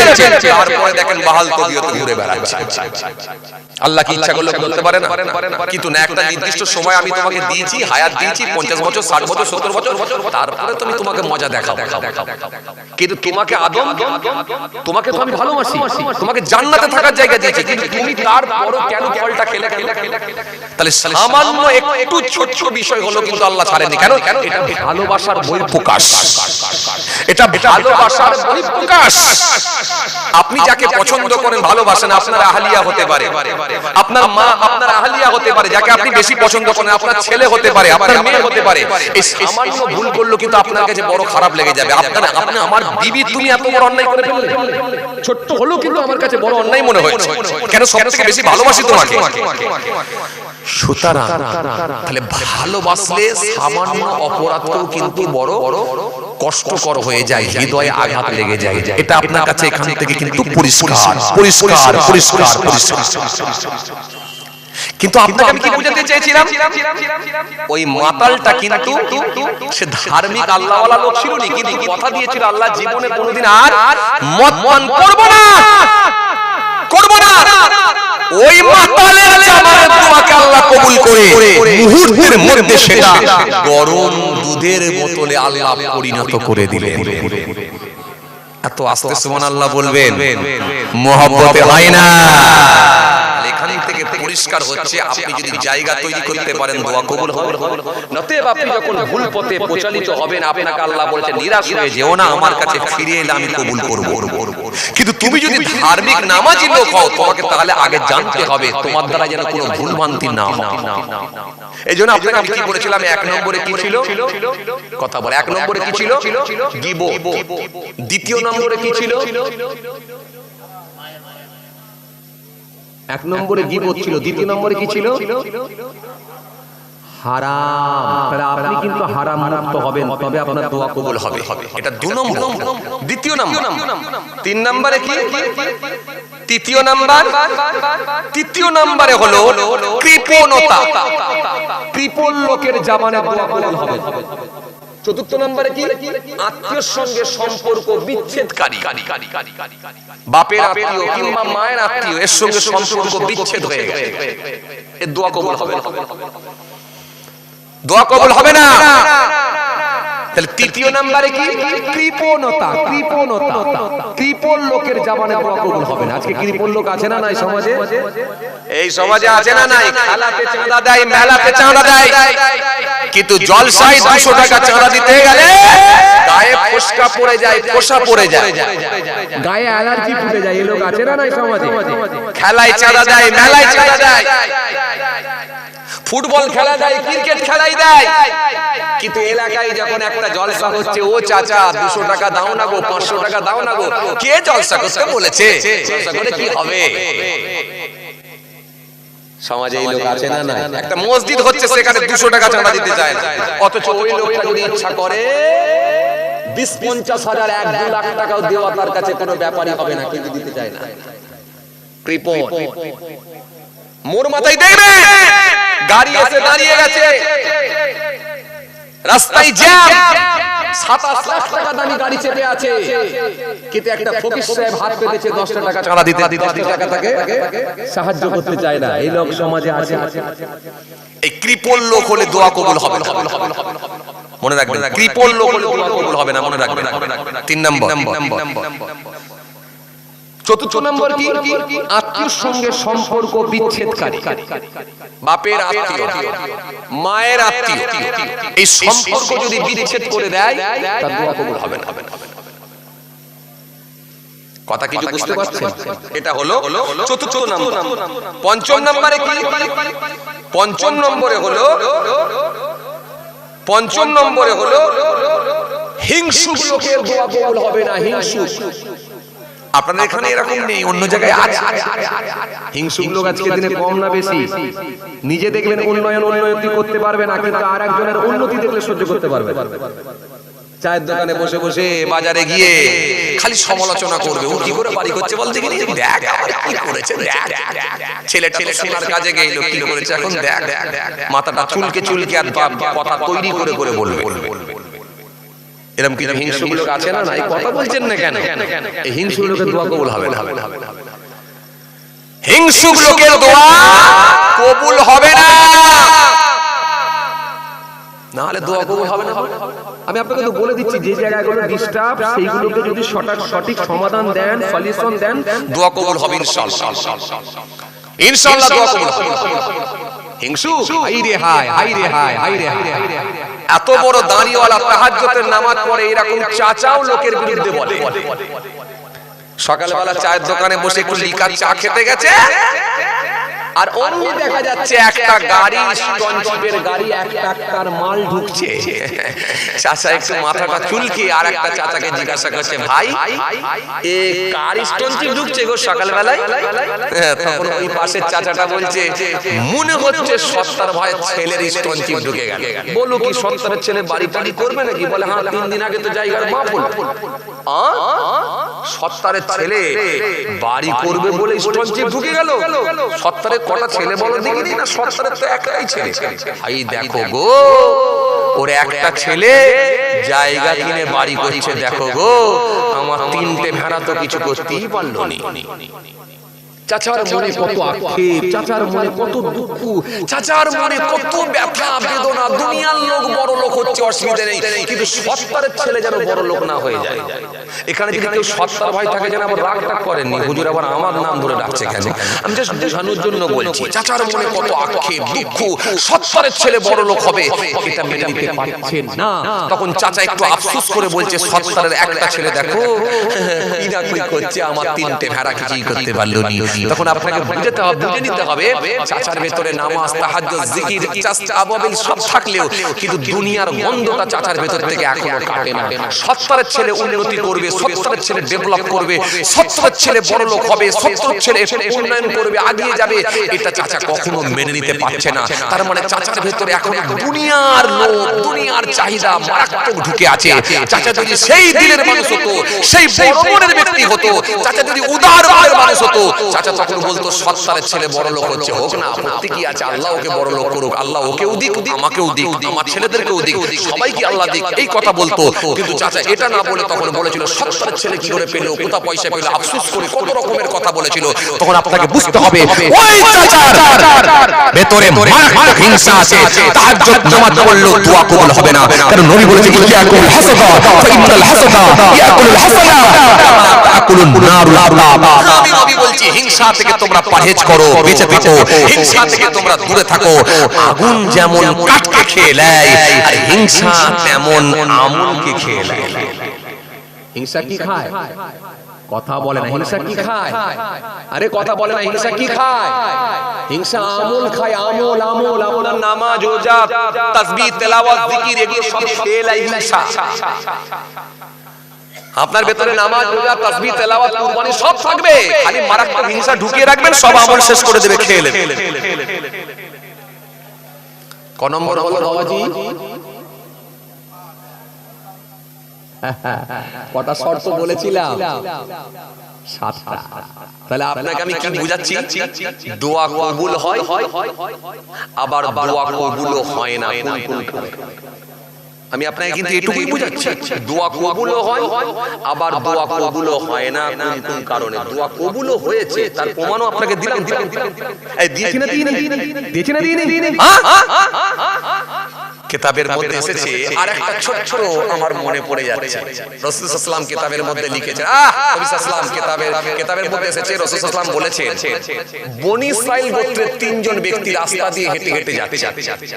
কিতাবের মধ্যে এসেছে আল্লাহ রাসূল সাল্লাল্লাহু আলাইহি ওয়াসাল্লাম বলছেন বনী ইসরাইলের সময়ে তিনজন ব্যক্তি রাস্তা দিয়ে হেঁটে হেঁটে হেঁটে হেঁটে যাচ্ছে। হঠাৎ করে বিরাট ঝড় পানি উঠে গেল, ঝড় সাইক্লোন উঠে গেল, ঝড় উঠে যাবার কারণে ওই তিনজন ব্যক্তি বনী ইসরাইল গোত্রের তিনজন ব্যক্তি একটা পাহাড়ের গুহার মধ্যে গিয়ে তারা আত্মগোপন করল, লুকিয়ে থাকল।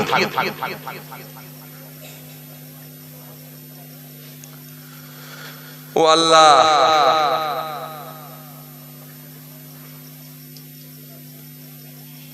একটু আগে আসবেন তো, 11টা তো বেজেই গেল। যাক জাল আমি ছেড়ে দিচ্ছি, আর বলবো আল্লাহ যদি ফের কোনো সুযোগ দেয় ইনশাআল্লাহ আলোচনা হবে। অসমাপ্ত বক্তব্যকে সমাপ্তির দিকে আগিয়ে দিলাম। এই বনী ইসরাইল গোত্রের মানুষের দোয়াটা আমি বললাম, আল্লাহ যদি ফের কোনো সুযোগ দেয় ইনশাআল্লাহ আলোচনা হবে। আর এখানে আমি কি বলেছিলাম 7টা, তাই তো নাকি? তার ভিতরে 5টা আমি অলরেডি বলে দিয়েছি, আর 2টো বলা হয়নি। তার মানে এখান থেকে আপনি বুঝতে পেরে গেলেন দোয়া কবুল হবে যদি জায়গা তৈরি করে দোয়া চাওয়া হয়, দোয়া কবুল হবে।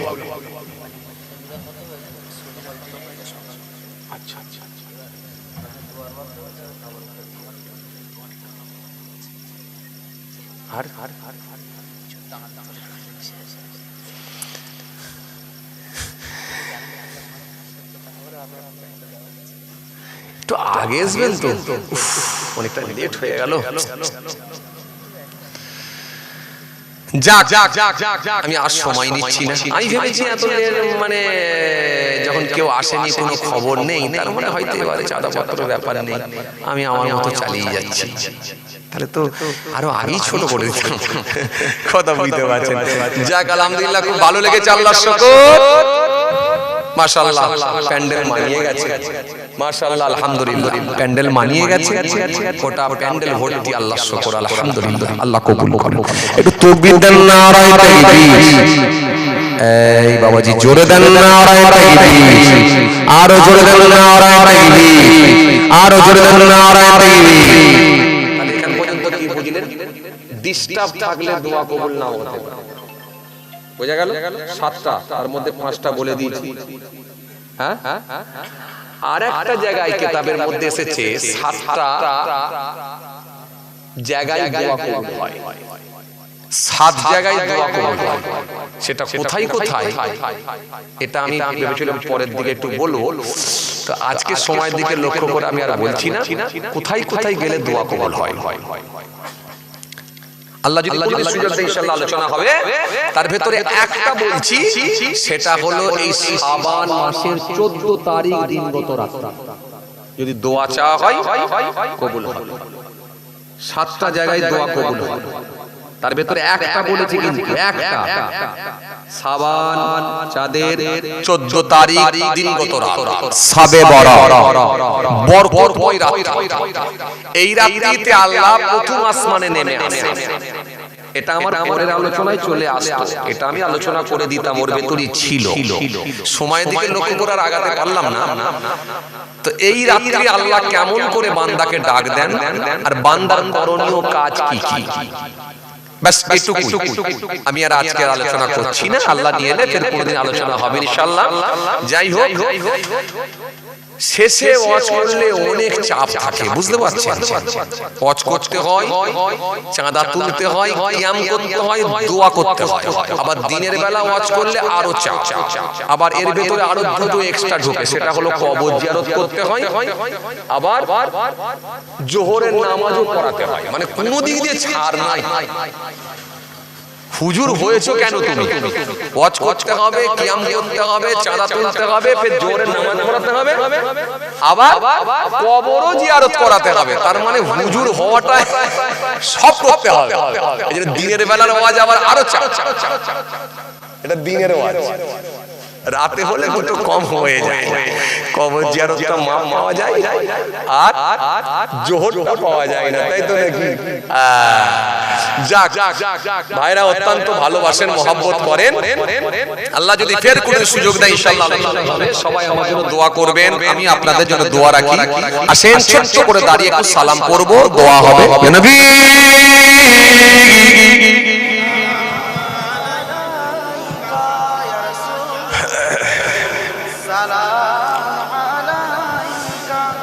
ইয়া হাবিব